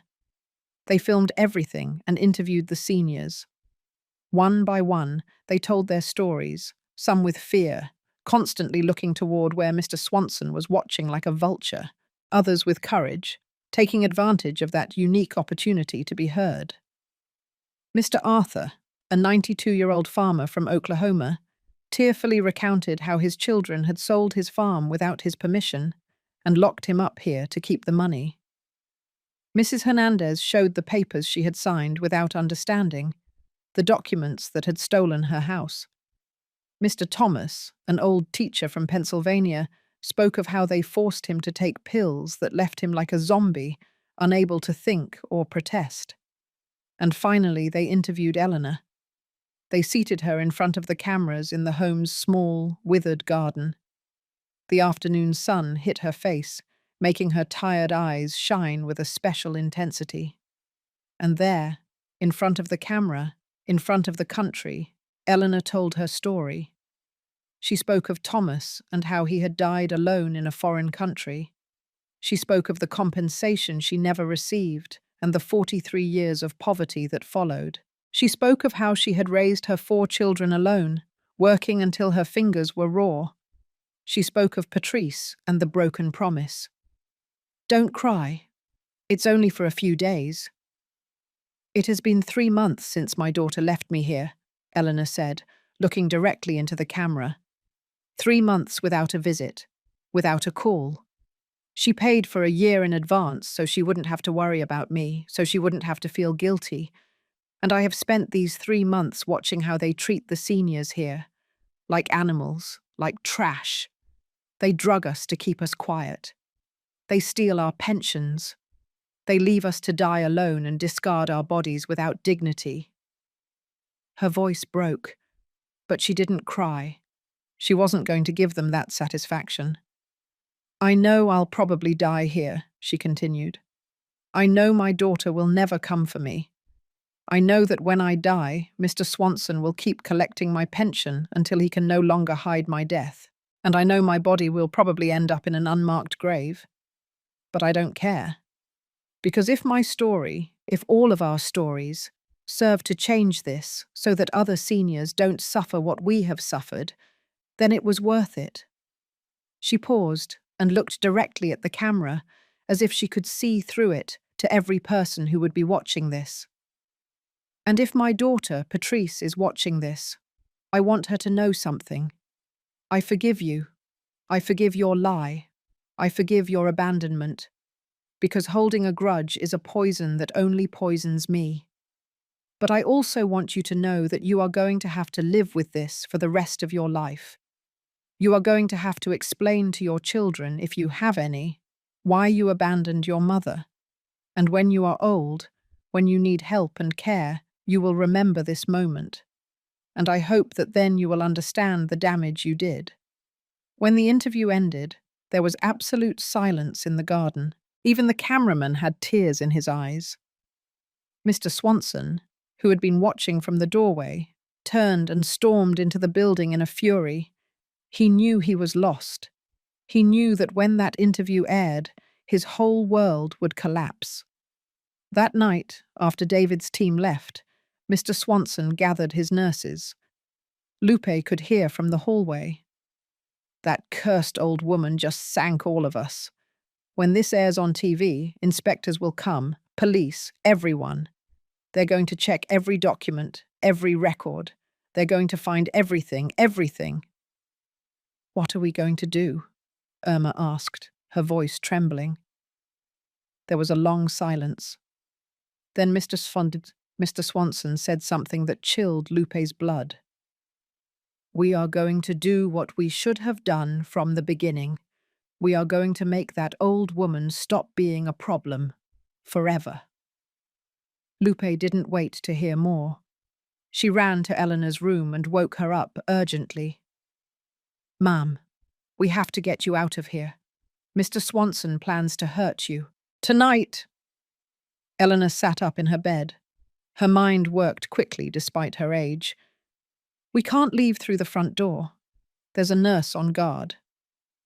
There's a window in the laundry room, Lupe said. It faces the back courtyard. From there we can jump the fence. It's not very tall. And then? My house is 2 miles from here. You can stay there tonight. Tomorrow we call David and the police. It was risky. Eleanor could barely walk without help. The window was high. The fence, too. But staying was more dangerous. All right, Eleanor said. Let's do it. She quickly dressed in the little she had. She put the photograph of her wedding, her grandmother's rosary, and the letter about Thomas in her bag. She didn't need anything else. Lupe helped her walk silently through the dark hallways. Every creak of the floor seemed like thunder, every shadow a threat. Finally, they reached the laundry room. The window was closed but unlocked. Lupe opened it carefully. The cold night air rushed in like a sigh of freedom. Outside, the full moon illuminated the back courtyard with a silvery light. I'll go first, Lupe whispered. Then I'll help you down. She climbed onto the windowsill and jumped. It was only about 5 feet high, but in the darkness it seemed more. She landed well and looked up. Your turn, Ma'am. Eleanor looked at the window. Her 83 years weighed on her like mountains. Her knees barely supported her. Her hands trembled. But in her heart, a fire burned that no age could extinguish. With a superhuman effort, she climbed onto the windowsill. Lupe held out her arms from below. Just drop. I'll catch you. Eleanor closed her eyes. She thought of Thomas. She thought of all the seniors who had died alone and forgotten in this place. She thought of the dignity that had been taken from her for so long, and she jumped. The impact was harder than she expected. Lupe caught her as best she could, but they both fell to the ground in a scramble of arms and legs. Eleanor felt a sharp pain in her left ankle, but she didn't scream. She couldn't scream. She bit her lip until it bled and let Lupe help her up. "Are you all right?" the young woman whispered. "Yes," Eleanor lied. Her ankle was throbbing, but it didn't matter. They had to keep going. Limping and leaning on Lupe, they crossed the back courtyard. The fence was at the back, covered in dry vines and patches of dampness. It was taller than it had looked from the window, maybe 8 feet. For an 83-year-old woman with an injured ankle, it was like the Everest. But they had no other option. Lupe found some cinder blocks piled up near the fence. She arranged them to make a kind of makeshift ladder. She climbed up first, sat on top of the fence, and extended her hand toward Eleanor. "Come on, ma'am, slowly, I'll pull you up." Eleanor began to climb.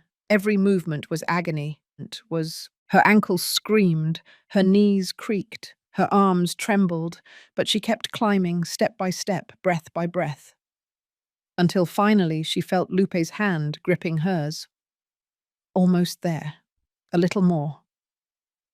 Just as Eleanor was about to reach the top of the fence, they heard voices inside the home. "She escaped! The old woman from room 7 escaped!" It was Bernice's voice, hysterical and furious.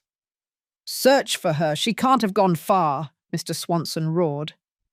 Lights turned on all over the building. Eleanor and Lupe froze on the fence, like deer caught in headlights. "Hurry!" Lupe urged. "Climb down the other side." But climbing down was even harder than climbing up. There were no blocks on this side. It was a straight jump. Lupe climbed down first and extended her arms. "Let go, I'll catch you." Eleanor let herself fall. She fell onto Lupe, and they both tumbled onto the ground. The pain in her ankle was now unbearable, but there was no time to think about it. They could hear Mr. Swanson and the nurses coming out into the back courtyard. "Here! They climbed the fence!" someone shouted. Lupe pulled Eleanor up. "Run! Run as fast as you can!" And they ran. Or rather, Eleanor hobbled as fast as she could while Lupe practically carried her. Behind them, they heard the sound of people climbing the fence, of footsteps chasing them, of furious shouts. Lupe's house was 2 miles away, but they wouldn't be able to make it. Not at this pace. Eleanor knew it. Her body was at its limit. Her heart was pounding so hard she felt it would burst from her chest. Her lungs burned. Her legs threatened to buckle at any moment. "Leave me," she gasped. "You go. Save yourself." "Don't even dream of it," Lupe replied, tightening her grip. "Either we both get out, or neither of us does." They ran through dark, empty streets. It was past midnight, and the neighborhood was asleep. No one saw them. No one heard them. They turned one corner and then another, trying to confuse their pursuers. Finally, when they couldn't take another step, Lupe dragged Eleanor toward an abandoned construction site. It was a half-finished house, with only the cinder block walls and a few metal beams poking up into the sky.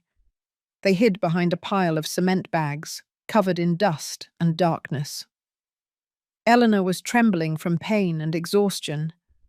Lupe hugged her, trying to silence her ragged breathing. They could hear voices in the distance. Mr. Swanson and his nurses were still looking for them. "They have to be around here," Mr. Swanson's voice growled. "A disabled old woman can't have gotten far." "Maybe we should call the police," Irma suggested. "Are you crazy? If we call the police, they'll start asking questions. They'll want to know why she escaped." "No, we have to find them ourselves." The footsteps got closer. Closer, closer. Eleanor closed her eyes and prayed silently. After everything that had happened, she couldn't end up like this. Not when she was so close to getting justice. The footsteps passed by. The voices faded away. Slowly, silence returned to the night. Eleanor and Lupe stayed hidden there for what seemed like an eternity, not daring to move, not daring to even breathe. Only when the first glow of dawn began to paint the sky, orange, did Lupe dare to peek out.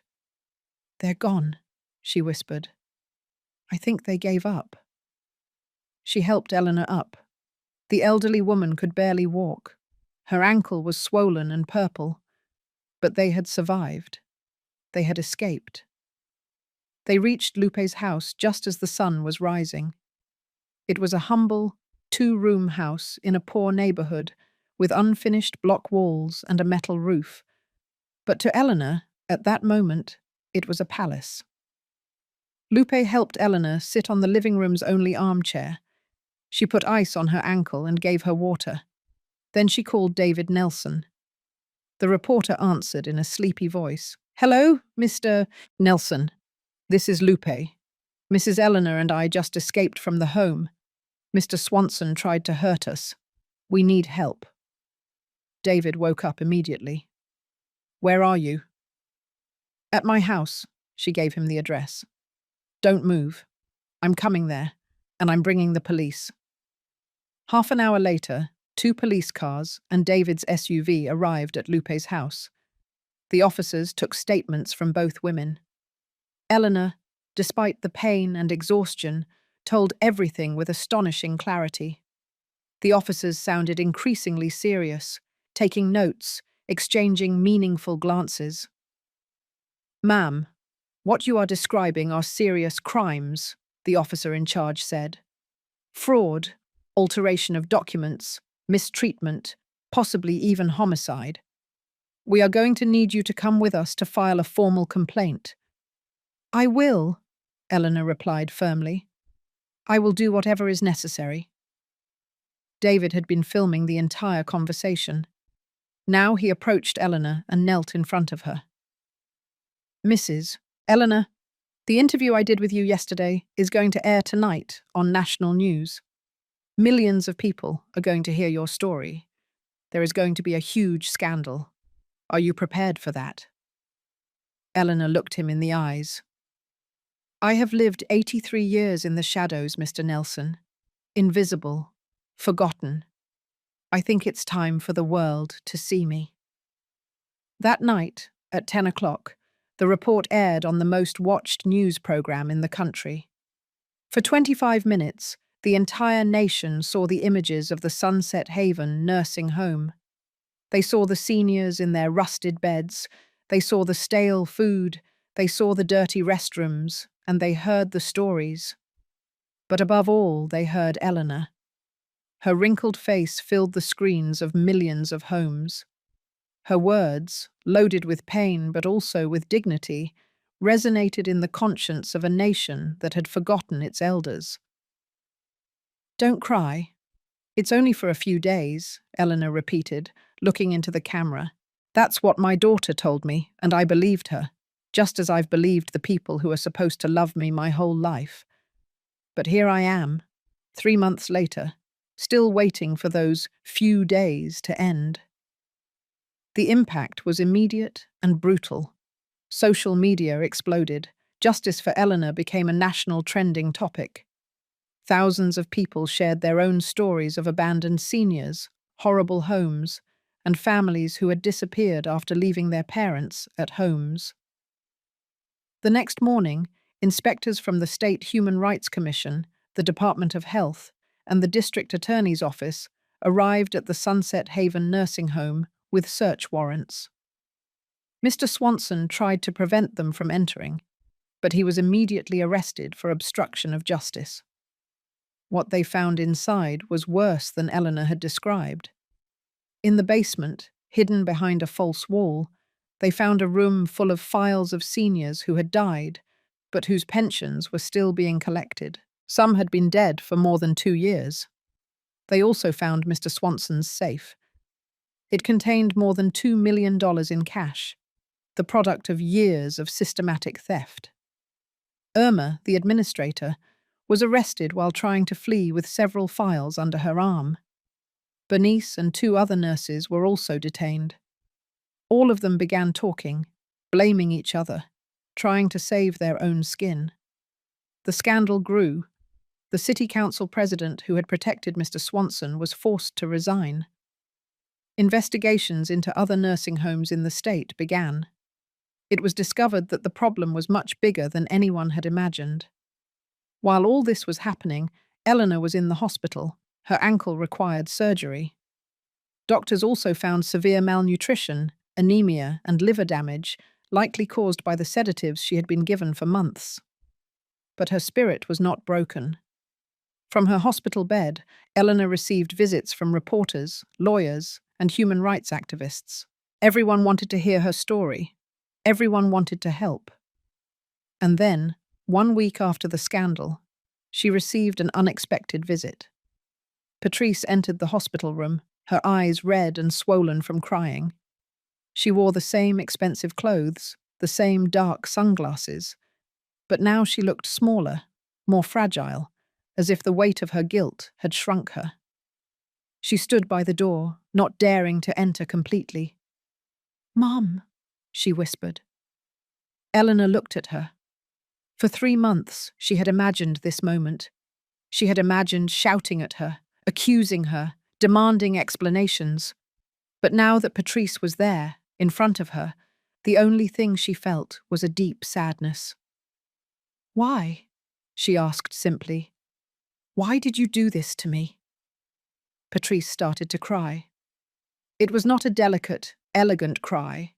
It was an ugly, broken sob from someone finally facing the magnitude of their betrayal. "I don't know," she sobbed. "I don't know, Mom. At first it was because I was ashamed that my friends knew my mum lived on a ranch without electricity. I was ashamed to take you to my new house because I thought you would, I don't know, look out of place, make my neighbors think I came from poverty." "But you did come from poverty," Eleanor said calmly. "I raised you in poverty. I fed you with my calloused hands. I sent you to school with the money I earned washing other people's clothes. What are you ashamed of? Of me or of yourself?" Patrice sank into the chair next to the bed. "Of myself. Always of myself. Because every time I saw you, I remembered everything you sacrificed, and that made me feel guilty for living well while you were still on that ranch. So I stopped seeing you, and the longer time passed, the harder it was to come back. And when I finally came for you, I had already decided that it was easier to leave you at the home than to face everything I felt." "And what did you feel?" "Guilt, shame, fear. Fear that you would ask to live with me. Fear that my husband would be annoyed. Fear that my children would see you as a burden. I'm a coward, Mom. I've been a coward my whole life, and now the whole country knows it. My picture is in all the newspapers. They are calling me the cruel daughter. I was fired from my job. My friends no longer speak to me. My husband left me. He said he couldn't be married to someone so despicable."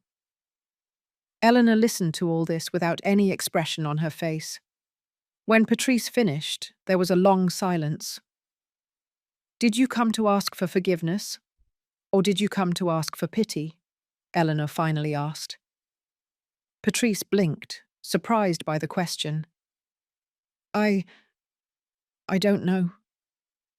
Because if you came to ask for pity, you came to the wrong person. I have no pity left for anyone. I used it all up on myself during 3 months in that hell." Eleanor sat up in bed, ignoring the pain in her ankle. "But if you came to ask for forgiveness, with honesty, without expecting anything in return, then I want you to know something. I already forgave you." Patrice's eyes widened in surprise. "What?" "I already forgave you. I did it at the home, when I realized that holding a grudge only hurt me more. I forgave you not because you deserve it, but because I needed to free myself from that poison." Eleanor paused.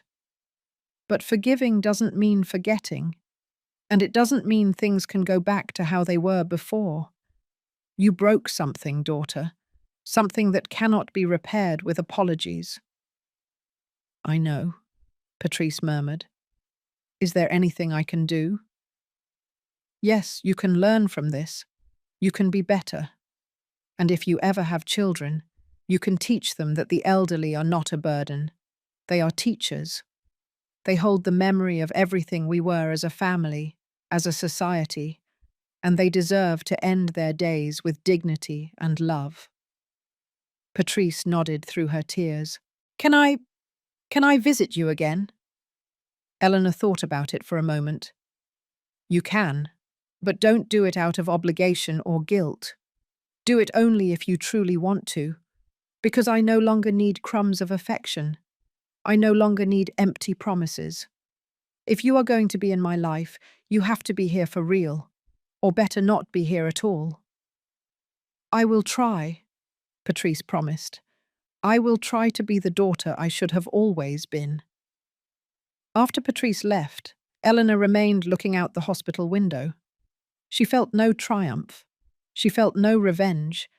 She only felt a strange peace, like when a storm ends and the air smells of wet earth and new possibilities.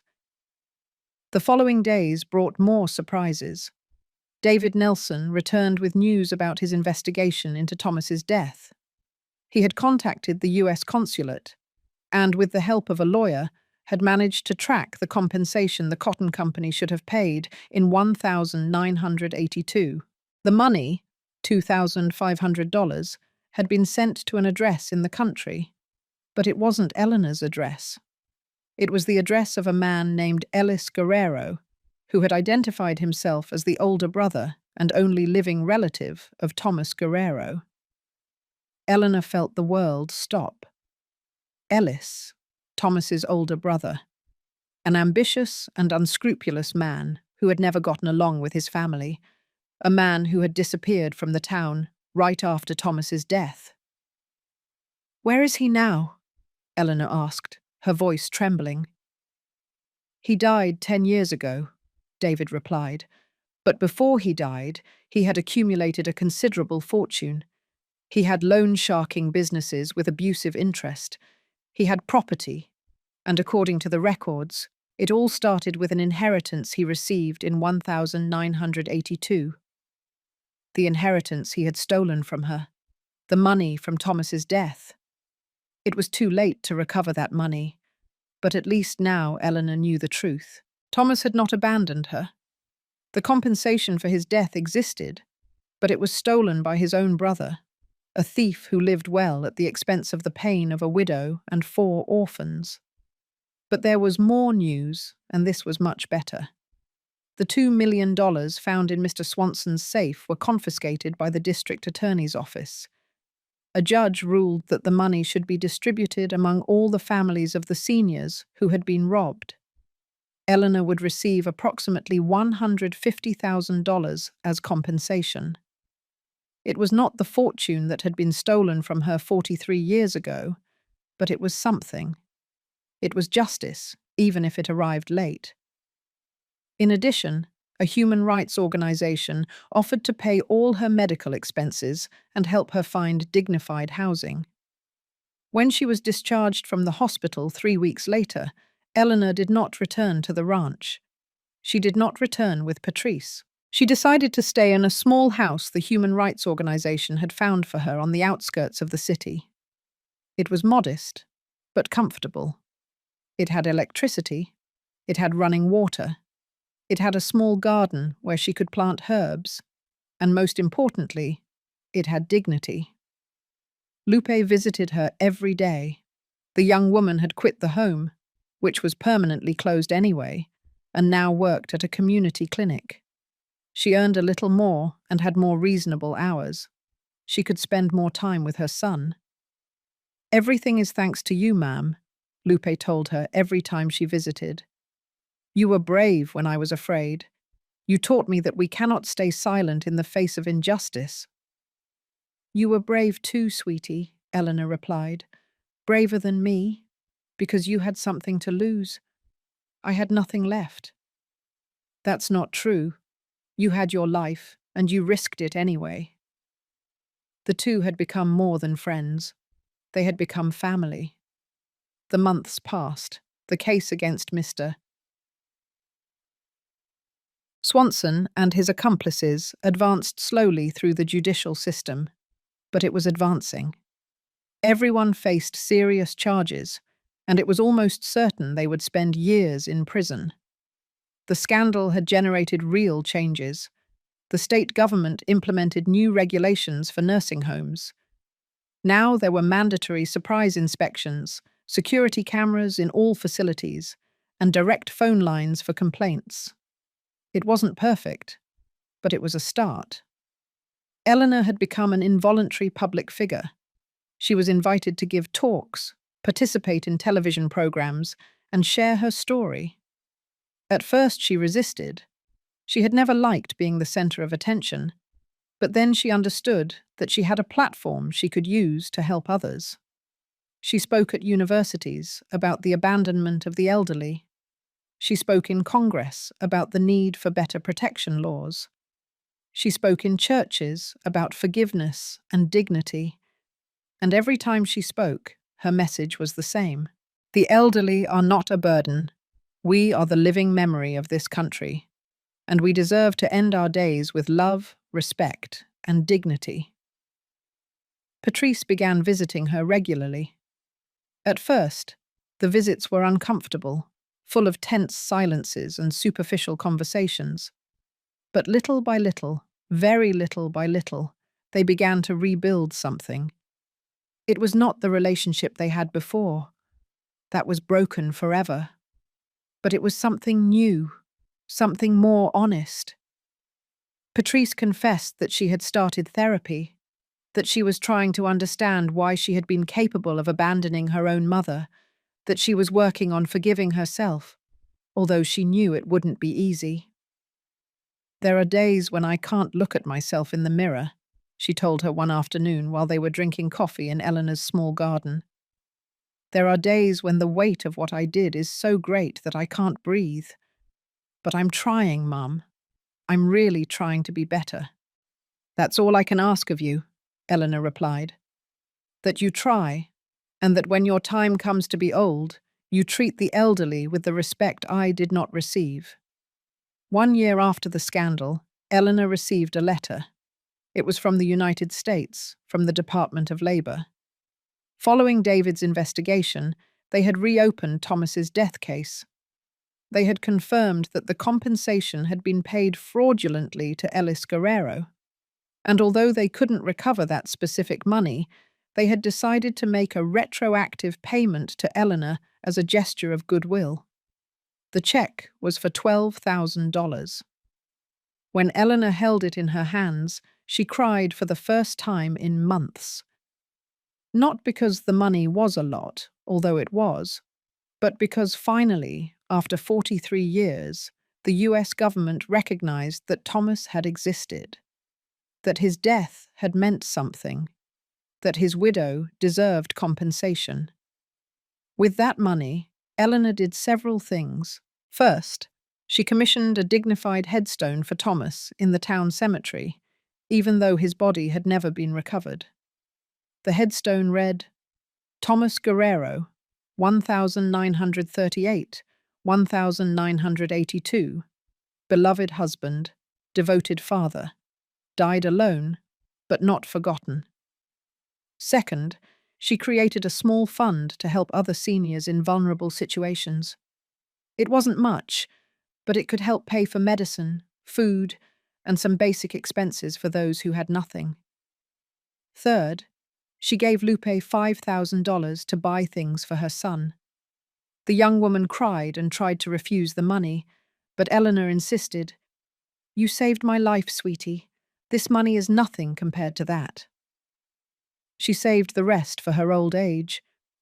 She didn't know how much time she had left. It could be months or years, but at least now she knew she wouldn't die in destitution. She wasn't going to die like Mr. Harrison or Mrs. Smith, forgotten and discarded. She was going to die with dignity. One afternoon in November, while Eleanor was watering her plants in the garden, she felt a sharp pain in her chest. She sat down on the cement bench, breathing deeply, waiting for it to pass. But the pain didn't pass. It intensified.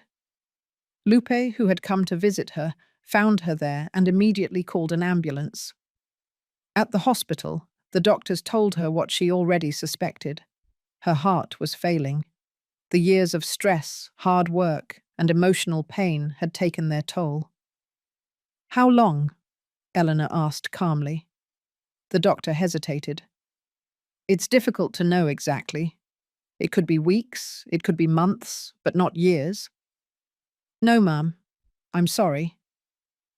Eleanor nodded. She wasn't scared. She had lived 84 years. She had seen a lot. She had suffered a lot. But she had also fought. She had won. She had made her life mean something. When Patrice found out, she came immediately, this time without dark sunglasses, without expensive clothes, without pretense, just as a daughter who had finally learned what truly mattered. "Are you afraid?" she asked her mother. "No," Eleanor replied with honesty. "I've been afraid my whole life. Afraid of not having enough food for you. Afraid of you getting sick and not being able to pay a doctor. Afraid of dying alone and forgotten. But I'm not afraid anymore. I did what I had to do. I told the truth. I helped change something. And now, when my time comes, I will be at peace." "Did you really forgive me?" Patrice asked, with tears in her eyes. "Yes, daughter, truly. But more importantly, did you forgive yourself?" Patrice shook her head. "Not yet. I don't know if I ever can." "Well, you have to try," Eleanor said, taking her hand. "Because carrying guilt your whole life doesn't serve anyone. It doesn't help me, and it destroys you. What you did was wrong, but you don't have to pay for it for the rest of your life. Learn, change, be better. That's all you can do now." Eleanor spent her final weeks in her little house, not in a hospital. Surrounded by Lupe, by Patrice, by some of the seniors she had met at the home, and who were now free, by reporters who had become friends, by activists who admired her.